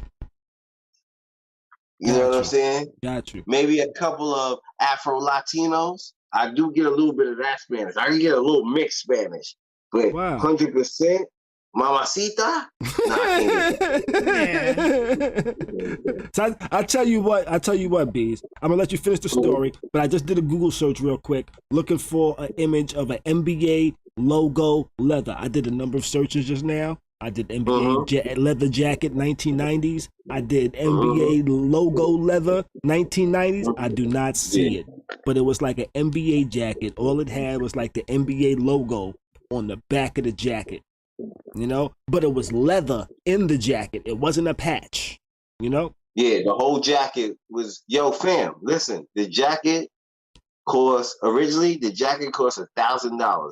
The jacket was made at Dapper Dan's. Got you. All right, so finish with your story. Finish with the story, though. Nah, so that was basically it, though. Okay. You know what I'm saying?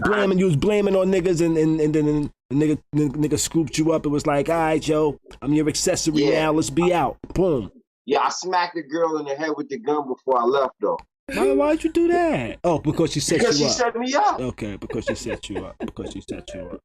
Okay. Yo, I can't wait to pistol whip somebody. I swear to God, that's something that's on my bucket list.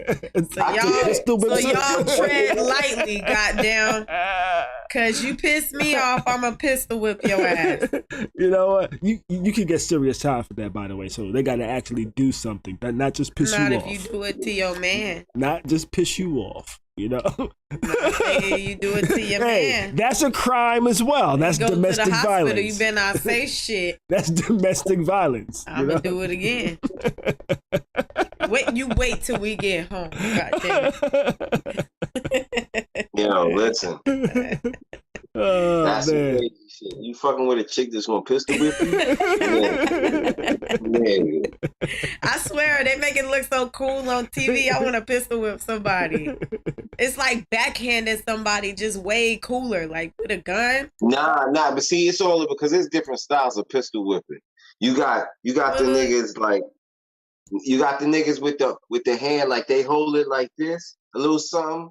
And they'll beat you with it like fully, like across your head, like this is the gun, and they'll beat you with it like that. No, I just mean the backhand pistol whip. Hold up, but then you got niggas that flip it backwards. That's what she's talking about. And be like boom, and beat you call it. Like this right here, like that. Oh no, you're talking about backhand. Bitch. No, that's nigga, one of those. This is the head, this is the gun, this is the pistol part, right? And this is the hammer. The hammer piece right here. Now you holding it from here.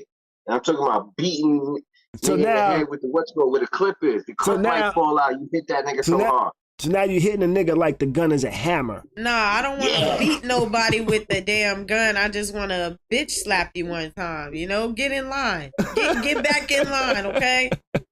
Just want to pistol whip you. Let me tell you something. You don't understand this. Oh shit! You hear Sean? You see Sean? Yeah, I see this stupid ass nigga in the chat. You know, who said that? He said, "Yo, you hear that, car? You better quit fucking with her." Pistol whip your ass. Oh shit! Oh, listen, man. I can't wait. So guess what? I'm never gonna help her buy. Help me buy a pistol. Help me buy? Yeah, help me. I ain't buying you something to try to whip me. No, as in like, oh hey, sure, I'll go with you to the gun shop and help you pick out a gun. You know? Ain't got to. I'll go by myself. And you fuck with me after that, you already know. You gonna get swung on. No, I'm joking. I'm half joking, y'all. Half joking. Half joking. I truly believe in not pulling your gun out unless you were prepared and ready to unless use you gonna shoot that motherfucker. Don't pull that shit out. Don't flash no gun if you like, oh, I got it on me. Nah, bruh. If you got it on you and you gonna use it, use it. Don't just pull that shit out to be, nah. So best believe if I pull my thing out, listen, okay, wait 1 second. You gotta say pause after that one. No, now, I ain't gotta say shit. You gotta say pause after that one. Let me tell you something. I was at work, right? Story time. I was at work. Oh, story time with Tati. Oh, wait. Let me update this. Story time with Tati. Okay, so I was at work, and as you know, I work with kids, like the foster kids and stuff. So the boys, the teenage boys I work with, they so fascinated with guns and fighting each other and gang shit, you know. Now they so like, you know, street life-ish, but they like my little babies. Like when I pick them up, they always, Tati, you good? You know, if I need to stop for gas, they be like, don't touch the pump, you know? Okay. But one of them, we were just joking around in the car. And he said something, I can't even remember what he was saying to me. Like, oh, I'll beat you up, Tati. And I'm like, yeah, all right, I'm going to pull that thing out. While the other kid in the car was like, a dick? You going to pull a dick out? He talking about, oh, Lord, she want to pull her dick out. I'm like, listen, y'all are crazy as hell. They thought Tati was somebody else. So now when they fuck with me, I'm like, all right, I'm pull that thing out. All right, now. You already know what's grown ass little kids over there. Yeah. Ain't y'all sagging too? Like y'all trying to be a victim? Oh, man. Pull them pants up. Pull them pants up. Oh, man. He said a dick. She's talking about pulling pants up. Because I always tell them they love sagging, like they whole ass be out. I'm like, do y'all like boys? Y'all like boys? And they like, nah, I don't like boys. Okay, well, pull your pants up. You walk around like you trying to be a victim. You trying to be somebody victim? No, don't play with me like that. Okay, why we got to see your ass? Why we got to see it? Them kids is funny, man. I said, I'm pulling my thing out. He's like, a dick? You finna pull a dick out on me? Yo. Kids is something else. What's this? Since we talk about the kids, let's jump to something that the kids really be fucking with, TikTok. you know? And TikTok is removing educational hacking videos, you know? Now, for those that aren't aware what an educational hacking video is, it's a video that shows people how to hack for educational purposes, which I think is a very valid reason, because somebody showing you how to hack for education shows you how to protect yourself for the real world, you know, against hackers and hacking in different ways that people might be able to attack your systems, you know? So the only way that you can actually learn about hacking is to actually understand how hacking works, to be able to prevent it, you know? So I think those are very important, and I think that's kind of maybe a disservice on TikTok's end of blocking these type of videos. My thoughts. Well, you know something? I ain't even know they had hacking videos. They got everything on TikTok. You can learn you everything online nowadays, man. Anything. That's true.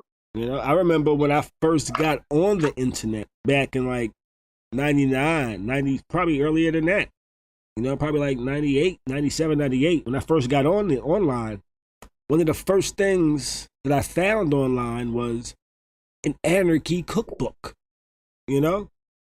And it was just like this book that shows you how to do mad different things with like everyday things, like to just like cause chaos and shit like that. Like it shows you how to make a tennis ball bomb, you know?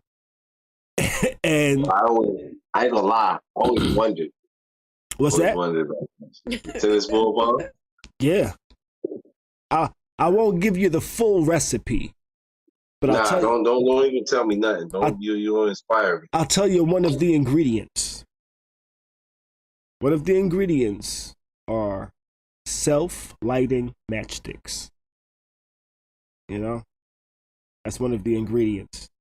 What's the strike anywhere joints? Yeah, you know, and that's one of the ingredients for it. And I was like, oh shit, I'm reading this shit like, yo, I'm going through this shit like, yo, this shit is crazy. This shit is telling me some wild shit. And I didn't know I could just find some shit online that's just gonna tell me how to do wild shit, yo. Like told you how to hack phones and hack doors and do all types of crazy shit, yo. It was like an instruction book for just anarchy. You know, without specific plans. It was like a recipe book for anarchy type of behavior without specific plans to accomplish anything in specific. You know? So it was wild, and I was just like, yo.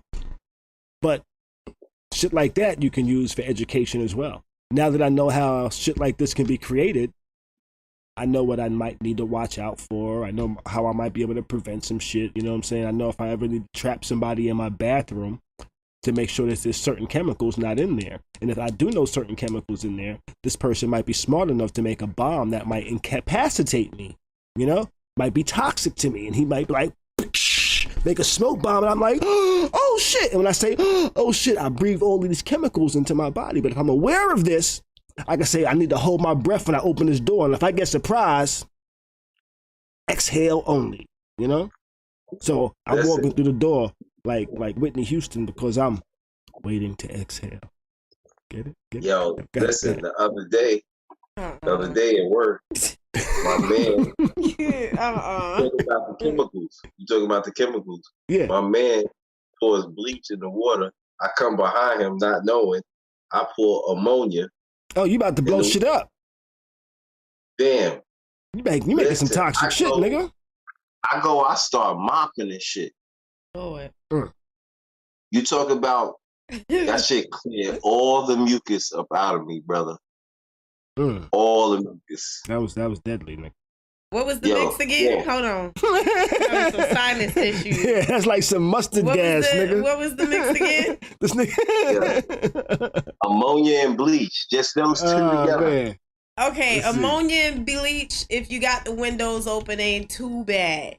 If you in a small enclosed space, that shit is gonna kill, knock you out. Mixing bleach and ammonia can be deadly. When combined, these two common household cleaners release toxic chloramine gas, Exposure to chloramine can cause irritation to your eyes, nose, throat, and lungs. In high concentrations, it can lead to coma and death. Lord, this mercy. is not recommended. Maybe I just need to unscrew the cap off some ammonia and just open my damn nostrils. You feel like you've been congested for a little while? Man, my one nostril be open and then closed. Open and closed. Open and closed. It's so annoying. It's so damn annoying. They talk about, oh, can we do a allergy test on you? No, you're not about to prick me with 300 different things. Move your mic a little bit closer. I'm not trying to get pricked with 300 needles on my back. No. I'm good with that. So crazy, a nigga tried to get on the elevator with a pit bull. He got a big monstrous pit bull. He's getting on the elevator. Yeah, the pit bull with that bucket and that water, that ammonia and that bleach. The pit bull was not having it. I am not getting on that elevator. Like, we are taking the next one. That shit is toxic, nigga. The pit bull If the pit bull could talk, that's what he said. He said, yo, he looked up at that nigga. He said, I'm sitting right here. Because dude was like trying to pull him on the elevator, and the pit bull was like, he already knew they was finna die in that little ass that pit elevator. bull smelled that shit. Smelled that elevator door before. Smelled that shit before the door even opened. You know, that nigga was like, "What the fuck is that? Get on, nigga." You know, I be trying to blow smoke in my puppy face. My puppy be like, "Nah, I don't fuck with that shit. Get that out of here." Yo, the dog was like, "Nah, nigga, that nigga got crack in there." All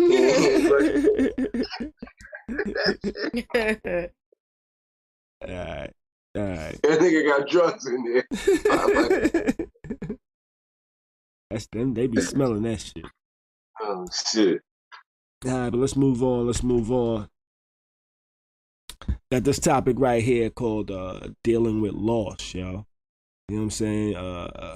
Me and Beez actually lost a friend this week. You know, we lost him to cancer.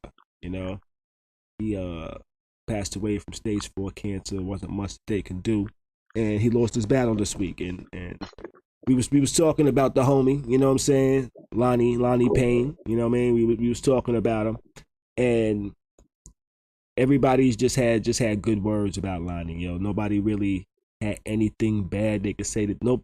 Everybody was like, Beez was telling me about somebody that reached out to him earlier. That Beez was surprised, kind of reached out to him and was like, "Yo, anything I could do, yo, let me know what's going on. Let me know how I can come through. I want to pay my condolences and shit like this." You know what I'm saying? This was the homie. You know what I mean? I spoke to him off and on over the years. He would hit me up, ask me questions about website stuff like that. You know, he had a website back in the days called BronxRap.com. You know, that website was popping back in the days, actually.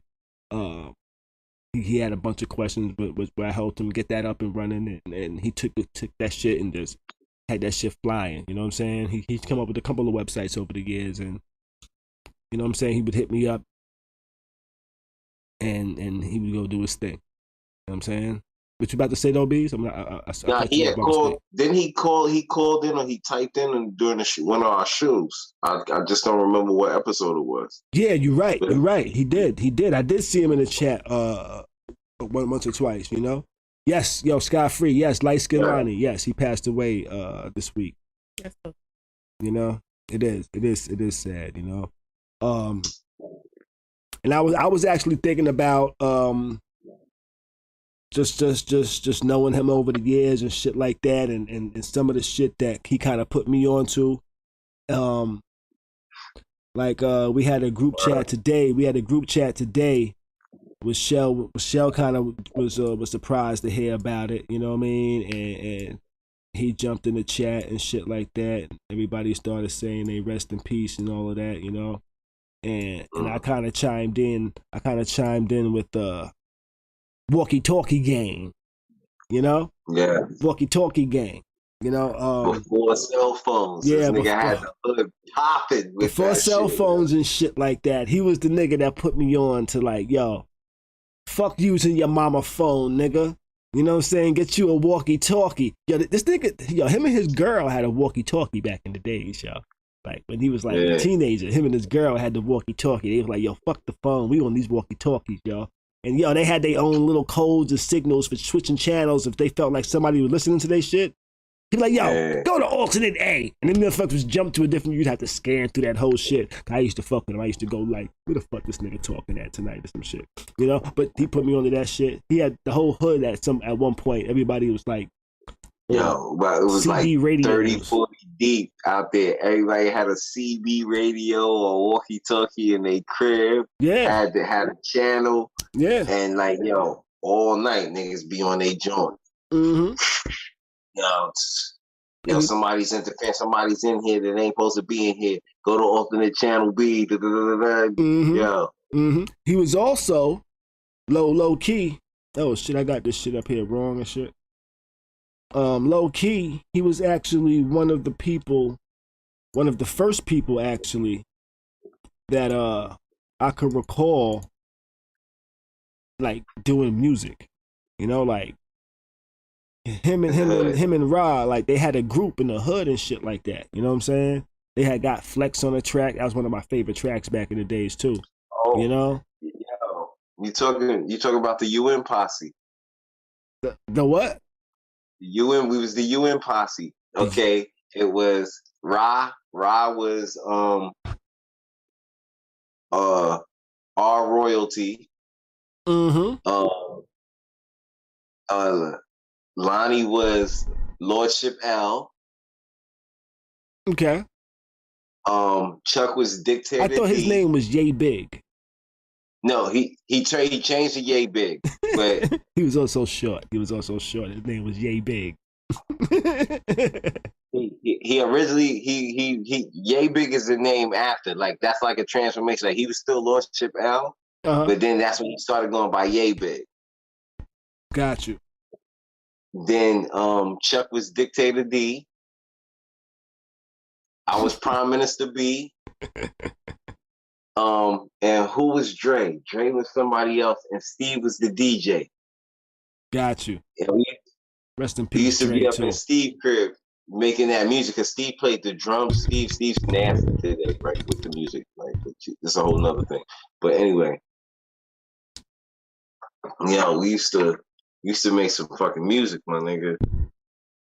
Yeah, man, he was one of the first that I recall doing that type of shit, yo. So like he was kind of like a inspiration to me back in the days, and I didn't even realize it. You know what I'm saying? Like just like the shit that he was like showing me, and like, yo, I could do this shit too. I was like, oh shit, this is kind of dope, you know? So, nah, but I'm glad I was able to like still talk with the nigga over the years and shit like that, you know? I spoke with the homie Rock the other day. I actually called him up and told him. He was like, oh shit, man, that was my nigga, yo. When he was out here in the A, we used to get up all the time, yo. And I was like, oh, word? He was like, yeah, man, that nigga lived in the A, and that's when he moved out west. He moved to Minnesota. Yeah. You know, so yeah, that was the homie, man. I wanna pay some respect to him tonight. Yeah, I knew him since the Sandbox, my nigga. Like, it's crazy. His grandmother lived in my building. He lived in my building for a minute. Oh, word? I didn't know that. Yeah. He was one of the first, yo. No, when I first came home. When I first came home, he was like maybe the second person that I seen. Okay. All right. You know, I do remember him living in your building because I remember one time some chick came through the hood looking for the nigga. No, her and some other chick came through the hood looking for the nigga. Oh, when the chicks was chasing my man through the hood, yo. Yeah, and had the whole hood watching the shit too, yo. Had the whole hood watching the shit, yo. Niggas was standing outside this nigga building like, yo, we know this nigga's around here somewhere. We want to see what pop off when he show up, yo. We were like fucking 13, 14, 15 years old, yo. You know what I'm saying? So that was some funny moments, man. Funny moments back in the days with the Remember, yo, they was chasing him around the hood for hours. Yeah, man. I think I actually had a conversation with the homie about that too a couple of years ago. That nigga was laughing his ass off about that shit. He was talking about how he was dealing with the two chicks at the same time, and they knew each other or some shit like that. Oh man, but yo, let me give a salute to the homie Lonnie, man. You'll be missed, homie, for real, for real. It's the homie Lonnie, man. R.I.P. Give this man a moment of silence.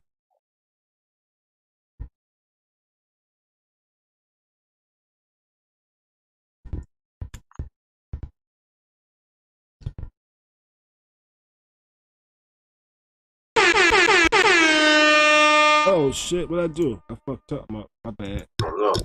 Yeah. Got a lot of shit going on over here. I got a lot of shit going on over here, y'all. Mixing bleach and ammonia. Yes, it can kill you. We back to that? I told you I was looking at that shit. And I got mad shit going on over here, yo. I got this new board that I've been fucking with. Yo, it really makes mustard gas, though? Yeah. That shit was real. That shit was real facts, nigga. You know? Facts. I like to speak facts, yo. That's Lonnie. Yeah, let me give this man his respect. Shit got interrupted. You know? That's the homie, y'all. For real, for real. Rest in peace, man. Gonna be missed. You know, but let's get ready to wrap this up. But before we wrap this up, let me jump into this one last little story we got. Where the dinosaurs at? Yeah, yo. Jurassic Park for real, yo. I read the story the other day where there's some scientists and some entrepreneurs are getting together and they said, yo, we want to bring back the woolly mammoth. We want to fill Siberia with woolly mammoths through DNA that we found. We want to reborn these motherfuckers. That's what they said. That's what they said. You know, you think this might be possible? They can do things with cloning sheep. They proved they can clone sheep. Isn't that like the same thing? They use some DNA to kind of. Bam, listen. There's a bunch of animals out here that these niggas are mixed up together already, my nigga. Dogs, cats, all this shit. My nigga, I don't care nobody say. A hyena? Niggas still don't know what a hyena is. Is it a cat? Is it a dog? Like what is it, my nigga? You feel what I'm saying? Yeah, there's certain shit out there. There's like, my nigga, that shit is blended, yo. You can't tell me like it ain't blended. Like shit that's not blended is like the kimono dragon, but like birds and shit, them shits is blended. Fish is blended. Why the fuck we need a fish is blended? Mammoth fish is blended. Tilapia, my niggas. I could understand if they're doing this to see if, you know, like how when animals are close to becoming extinct, they can clone them. But it's like there's a number of issues with that. Like, how do they act? What it, you know, after the cloning? Mm-hmm. Then too, I don't think we need woolly mammoth. Y'all get what I'm trying to say. Like, there's just certain shit that's like trying to bring back dinosaurs. We don't need that. They are extinct for a reason. Right. You know what I'm saying? Right. What do we need these for? And then who's to say y'all create these animals and they just don't just go haywire? Yo, listen. They don't take over. They ain't learn. Even though it was a movie, they ain't learn. Y'all done made several fucking Jurassic Parks. These fucking dinosaurs always getting loose and catching bodies, yo. Mm-hmm. This is not some fucking shit you do. Don't don't fuck with Mother Nature, yo. Stop fucking with Mother Nature. Right, all them dinosaurs and shit that be in museums. Not all of them are real. You know, they didn't find a whole family intact and said, "Ooh." Oh, I know that. You know, so they like have to make some shit and connect to shit. Right. So like the big mother one might be real. You know, all the other shit's probably fake. You know, like little Triceratops and shit like that. Right. So now, for all we know, these woolly mammoths that they actually have bones for might just be babies. You know, they might grow to the size of King Kong, nigga. You know, you don't know. We don't know how they gonna act. You know what I'm saying? What if they go from being like, I didn't look this up, but what if they go from being like vegetarian to now they want to eat people? Right. What if they were Transformers? They not friendly like elephants. I saw a video of a deer eating a motherfucking rabbit the other day. Oh, that's weird. Exactly. I thought deers eat grass, don't they? Hey, that's what I thought. I thought they only ate from the fucking trees. Because but you know what, too? You know what? What I've been learning recently, some of the shit we've been taught been some lies now.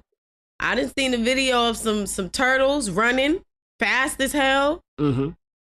You know, alligators, you zigzag, them motherfuckers still gonna catch you. Mm-hmm. You know, like it's some shit that we done been told that ain't completely true. So I wouldn't be surprised if I saw a deer eating a rabbit. I heard, or maybe they just evolved. Maybe they're like, you know what? This grass shit ain't doing it for me, man. Listen, if I get some protein, I might be brolic. Yeah, you know, maybe that deer was like, yo, if I get some protein in my diet, I might be able to get brolic, yo. You know? Imagine a deer with protein and how big and strong that motherfucker might be. Y'all gonna stop eating them, huh? Yeah, be like, you know what? I'm gonna fucking get big and strong so I can just kick the shit out of these fucking wolves trying to eat me every night, you know? Fuck these wolves. What you gonna do with that grizzly? Man. They probably running from the grizzly regardless, but they might be trying to get a little brolic to hove the motherfucking wolves. When I talk about when I think of grizzly bears, like for some reason I just think bears are so friendly and so cute and cuddly, like Winnie the Pooh or some shit. I be seeing bears in videos where they walk up on people in their houses and shit.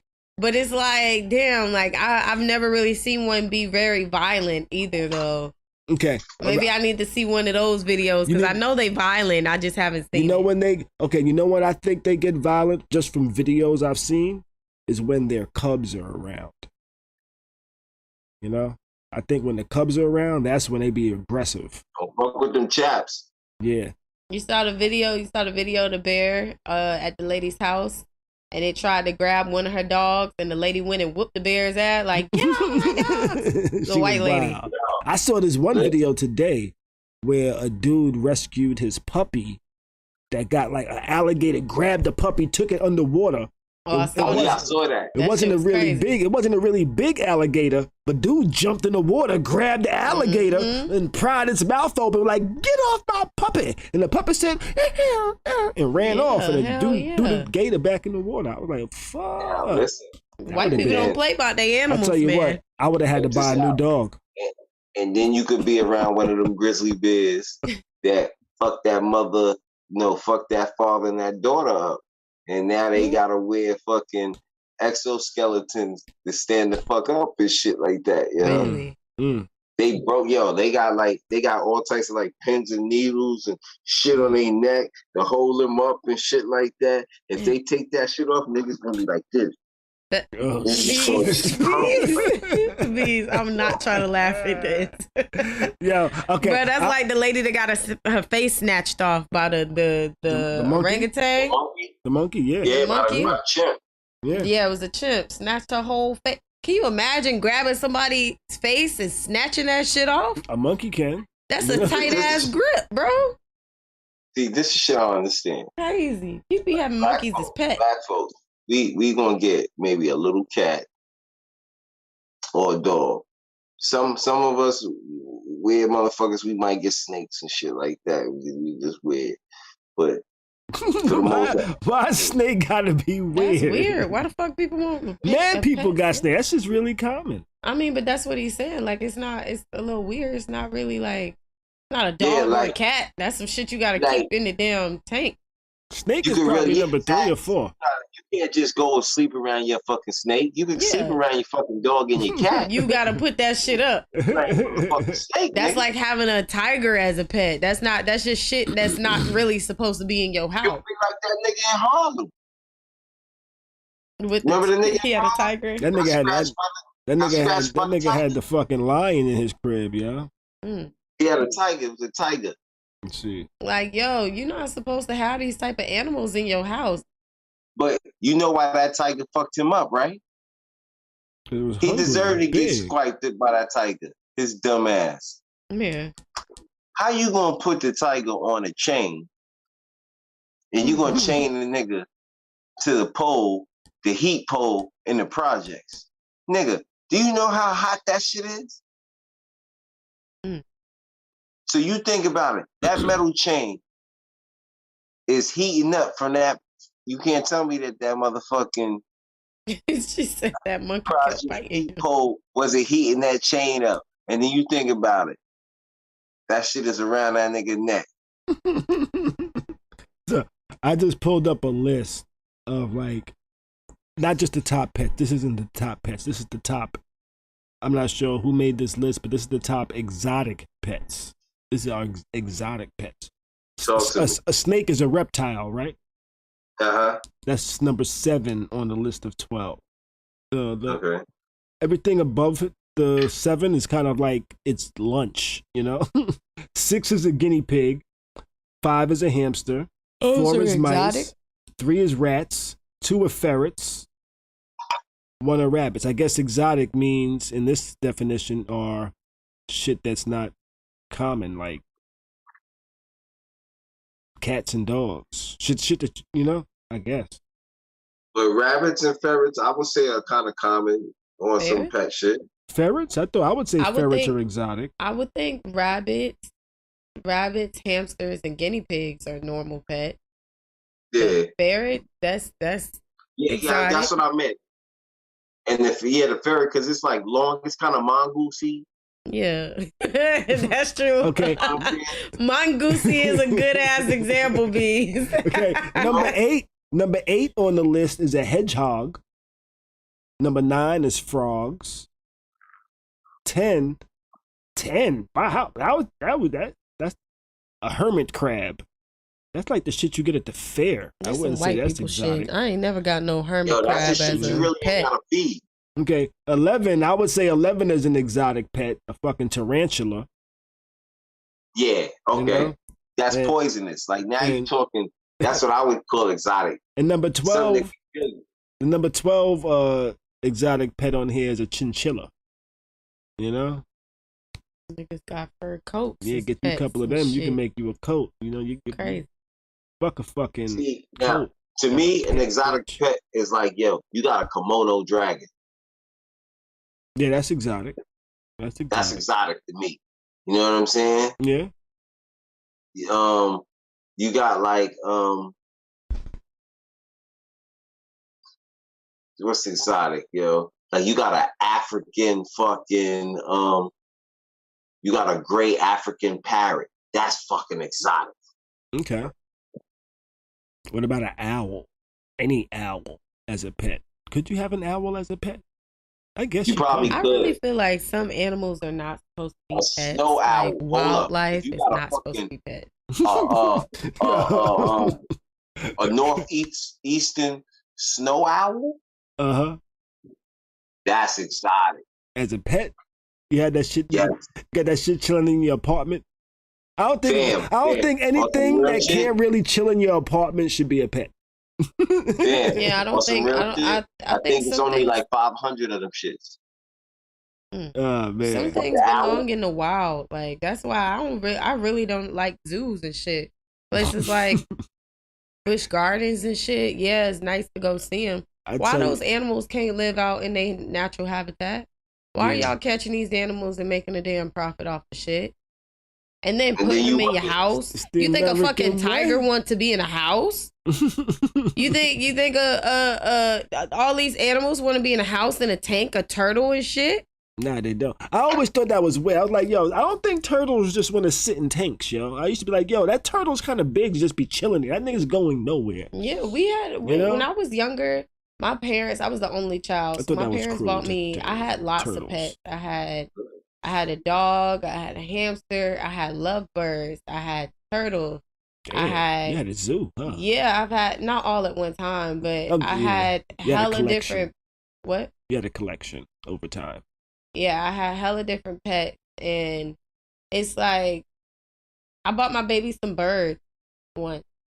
And I didn't like keeping them in a cage, so I just, on my patio, I just let them fly around outside on the patio and come out and feed them, you know? Mm-hmm.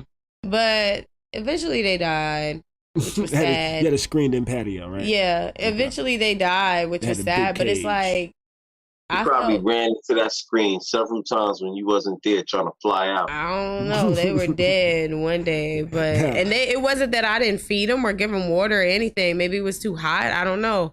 But it's like I was gonna say maybe it got too cold. It wouldn't. We're in Florida. They knocked themselves out. They knocked themselves out trying to get some freedom. I don't know what happened to them, but they just died. But I'm just thinking, like, damn, like, why do we keep this type of shit as pet? Like, these animals supposed to, a bird especially. Like, for me as a person that's free, that just want to do what I want to do, you know, like, I don't want nobody put me in a box, in a cage, you know, control me. To know that I bought birds and like kept them in a cage or kept them on my patio just so I can have them and look at them. Like, you know, just so we could be like, ooh, my baby would go out there and chase the damn birds around, scare the shit out of them. Right. Like, just so we could be like, damn, I have birds. Come look at the birds, so we can look at them and admire them. Why the fuck do we buy animals that's supposed to be out in the wild? Like dogs, cats, I can understand. Those are kind of like domesticated animals. I was about to say, because, you know, when we didn't have owls are mean. Well, I was gonna say, because when I was a kid, and this is before she said I'm not talking about dogs.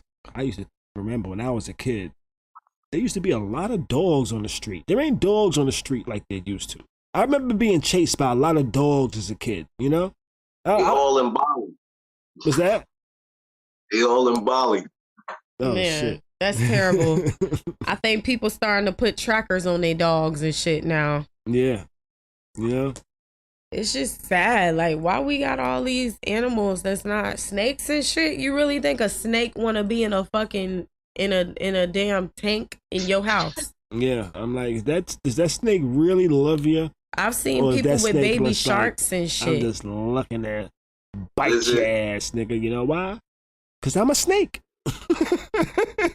Only thing, I don't even think the fish probably want to be in the tank, bro. Nigga, you really thinking about it. That's how I feel. Yeah. Fish don't really want to be in a tank either. You got me fucking bottled up. They can't just keep eating swimming. Fish food. What you think fish eat in the damn wild in outside? They ain't eat no fucking fish food. I'll tell you that much. No flakes. No flakes in the water.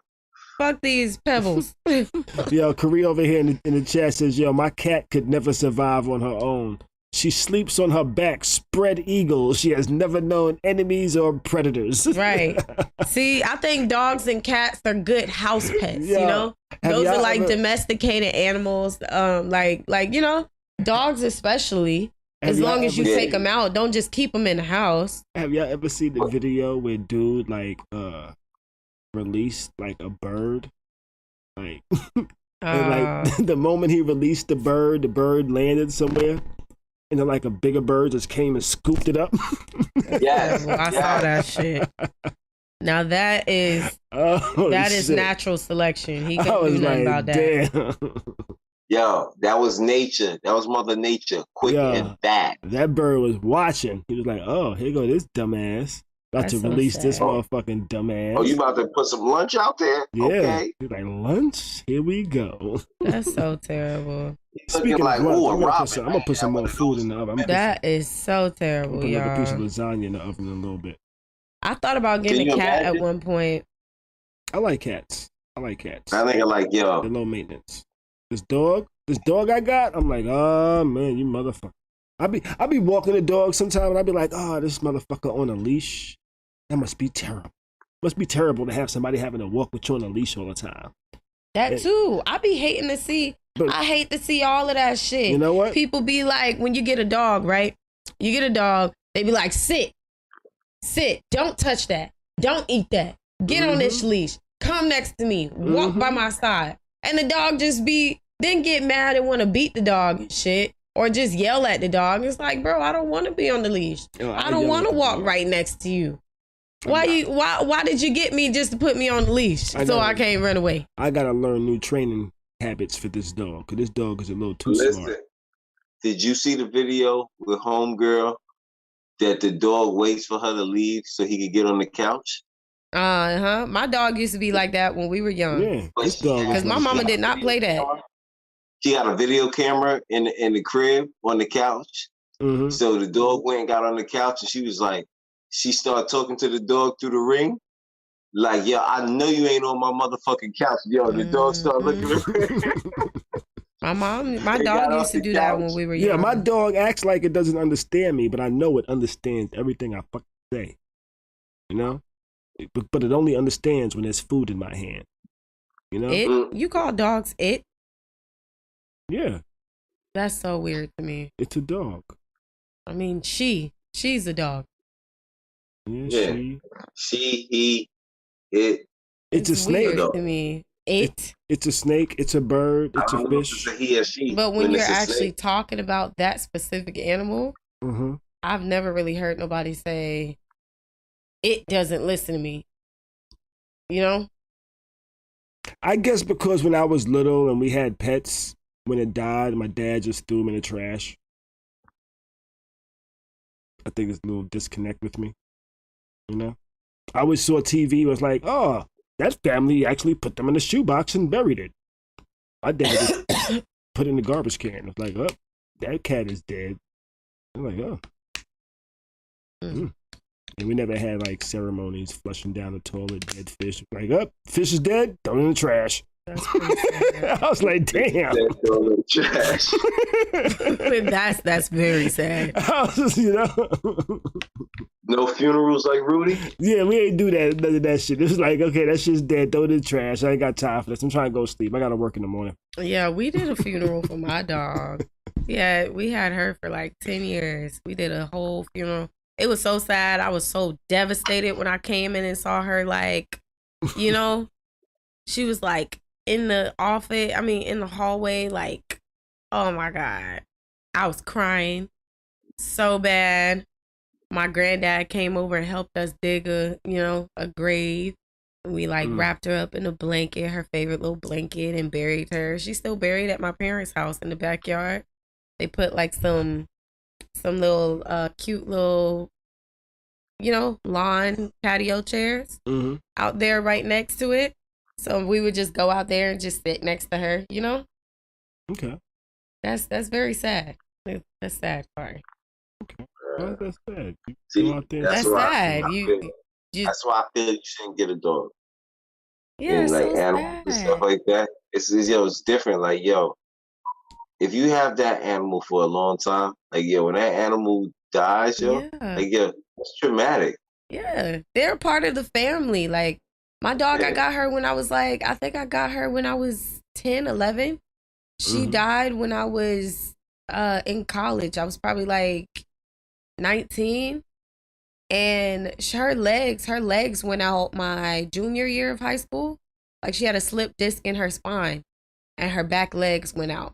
So y'all should have saw me like crying at the doctor. They were like, it's gonna cost $7,000 to do a surgery. She'll have a 10% chance of walking again. And I'm like, please do the surgery. I'm begging my parents, and they thinking about it. And my mom's like, we did some research, and she was still able to live a longer life. Like, she still lived like 3 years after that. She just would scoot like. Did they? She would what? Did they spend the $7,000? No, that she would. So she didn't get the surgery, but she would have, whenever she would have pain, we would give her pain medicine, and she would just scoot around the house. Like, we bought this little bag.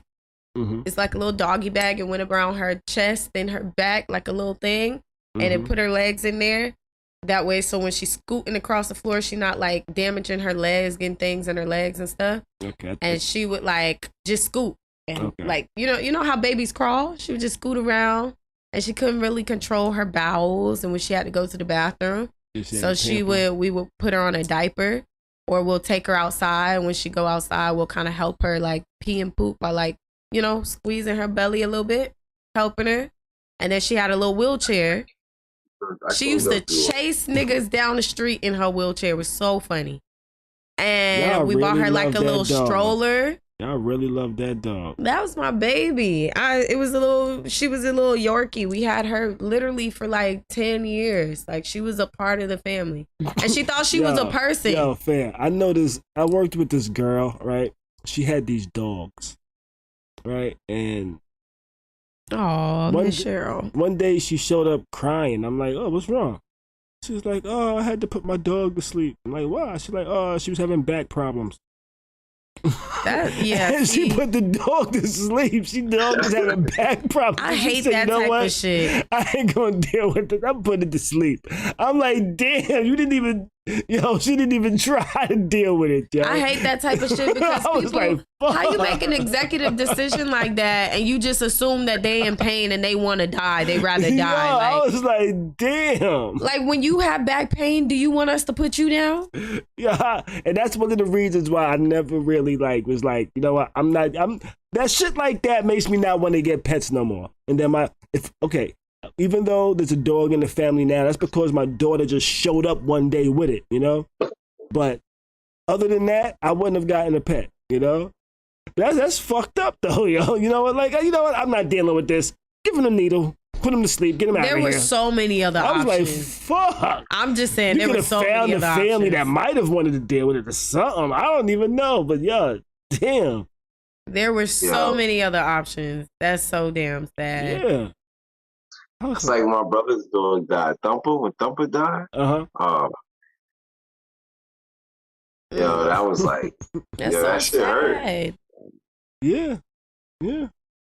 Like when you have dogs, do you treat them like a family member or do you really kind of treat them like a pet? Who you talking to, me?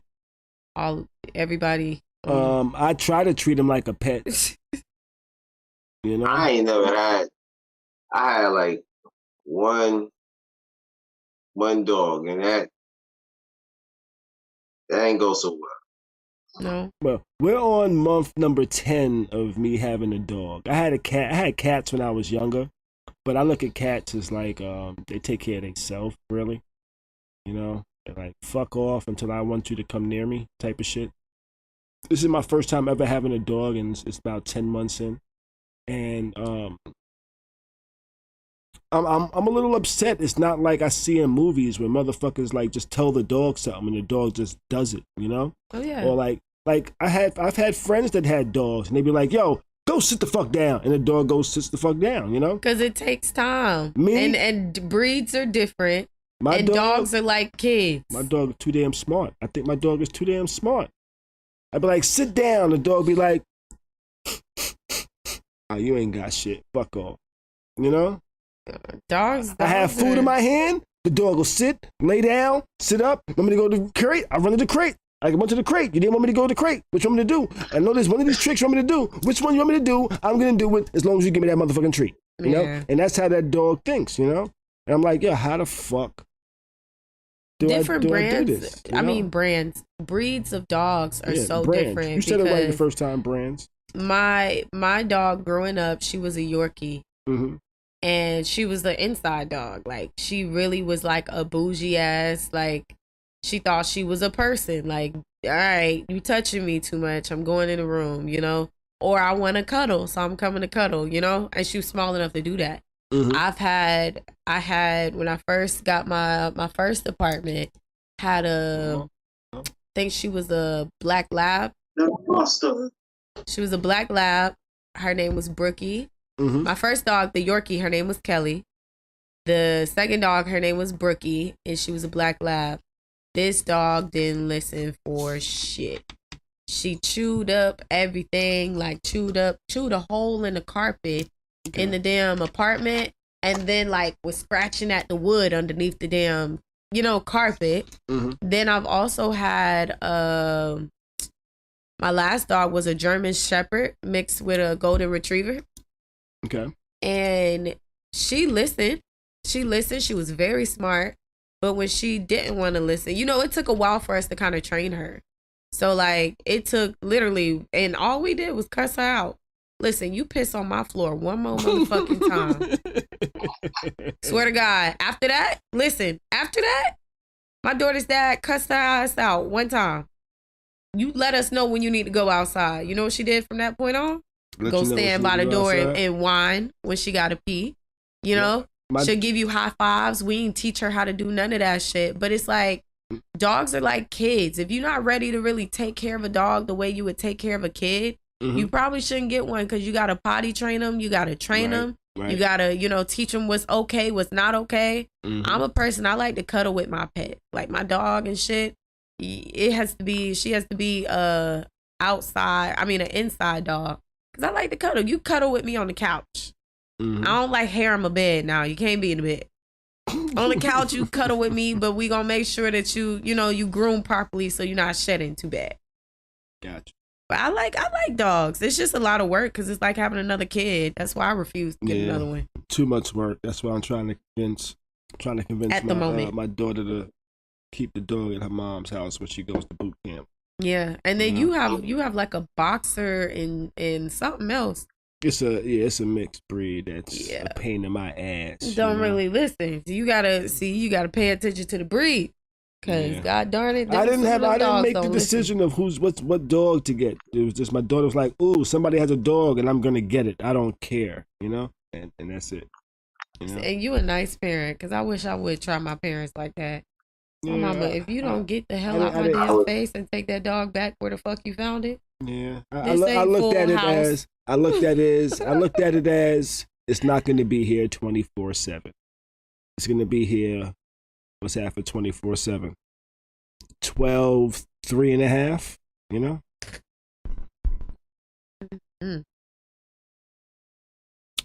I miss having a dog though. I might get another one.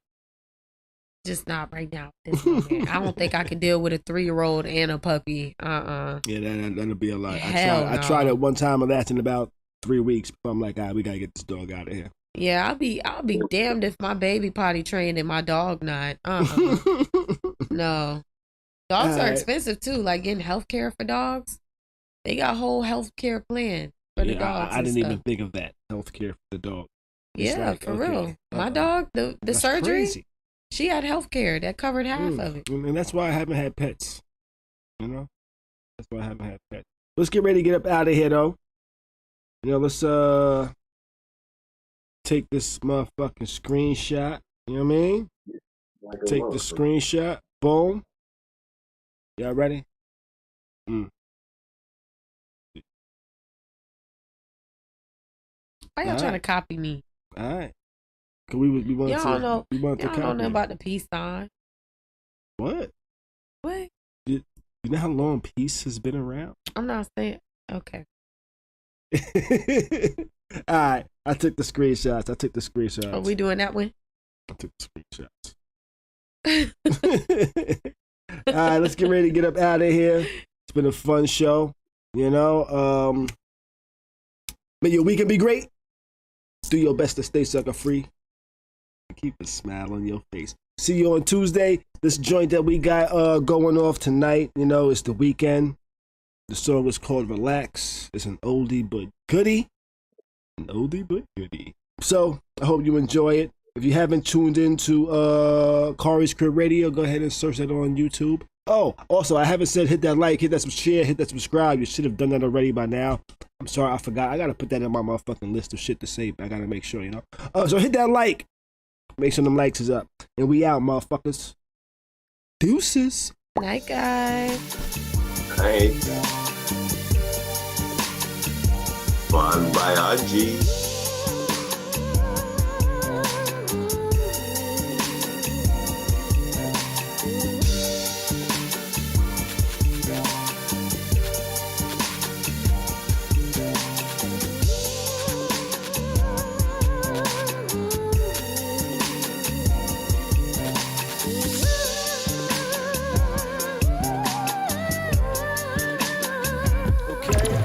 Sipping syrup with some orange juice, Patron all alone. Some vodka with some cranberry, some raspberry lemon. Where's my brandy, my candy, my Henny on the rocks? You could drown me with some crown. Here's a penny for your thoughts. Cause there's plenty on the pause, but I'm happy with the truck. You can find me on the east between the Giants and the Bucks. And I'm gonna keep on stacking my bucks. And I'm gonna keep on writing my rhymes. I'm gonna keep on doing my thing. I need to release all of the stress, so I'ma lay back and smoke some cess and just relax, yeah. Just relax, yeah. Say I don't need nobody else. I can just chill all by myself and just relax, yeah. Just relax, yeah, yeah. Just Sitting at home, got a lot on my mind. Constantly trying to find ways to stay on the grind. I don't need no stress in my life. That's why I know that I can be the best. Where I just let everything go. They don't have to really know exactly what I face. Living here day to day. Baby, you get on my nerves. I need to release all of the stress. So I'ma lay back and smoke some cess and just relax, yeah. Just relax, yeah. Say I don't need nobody else. I can just chill all by myself and just relax, yeah. Just relax, yeah, yeah.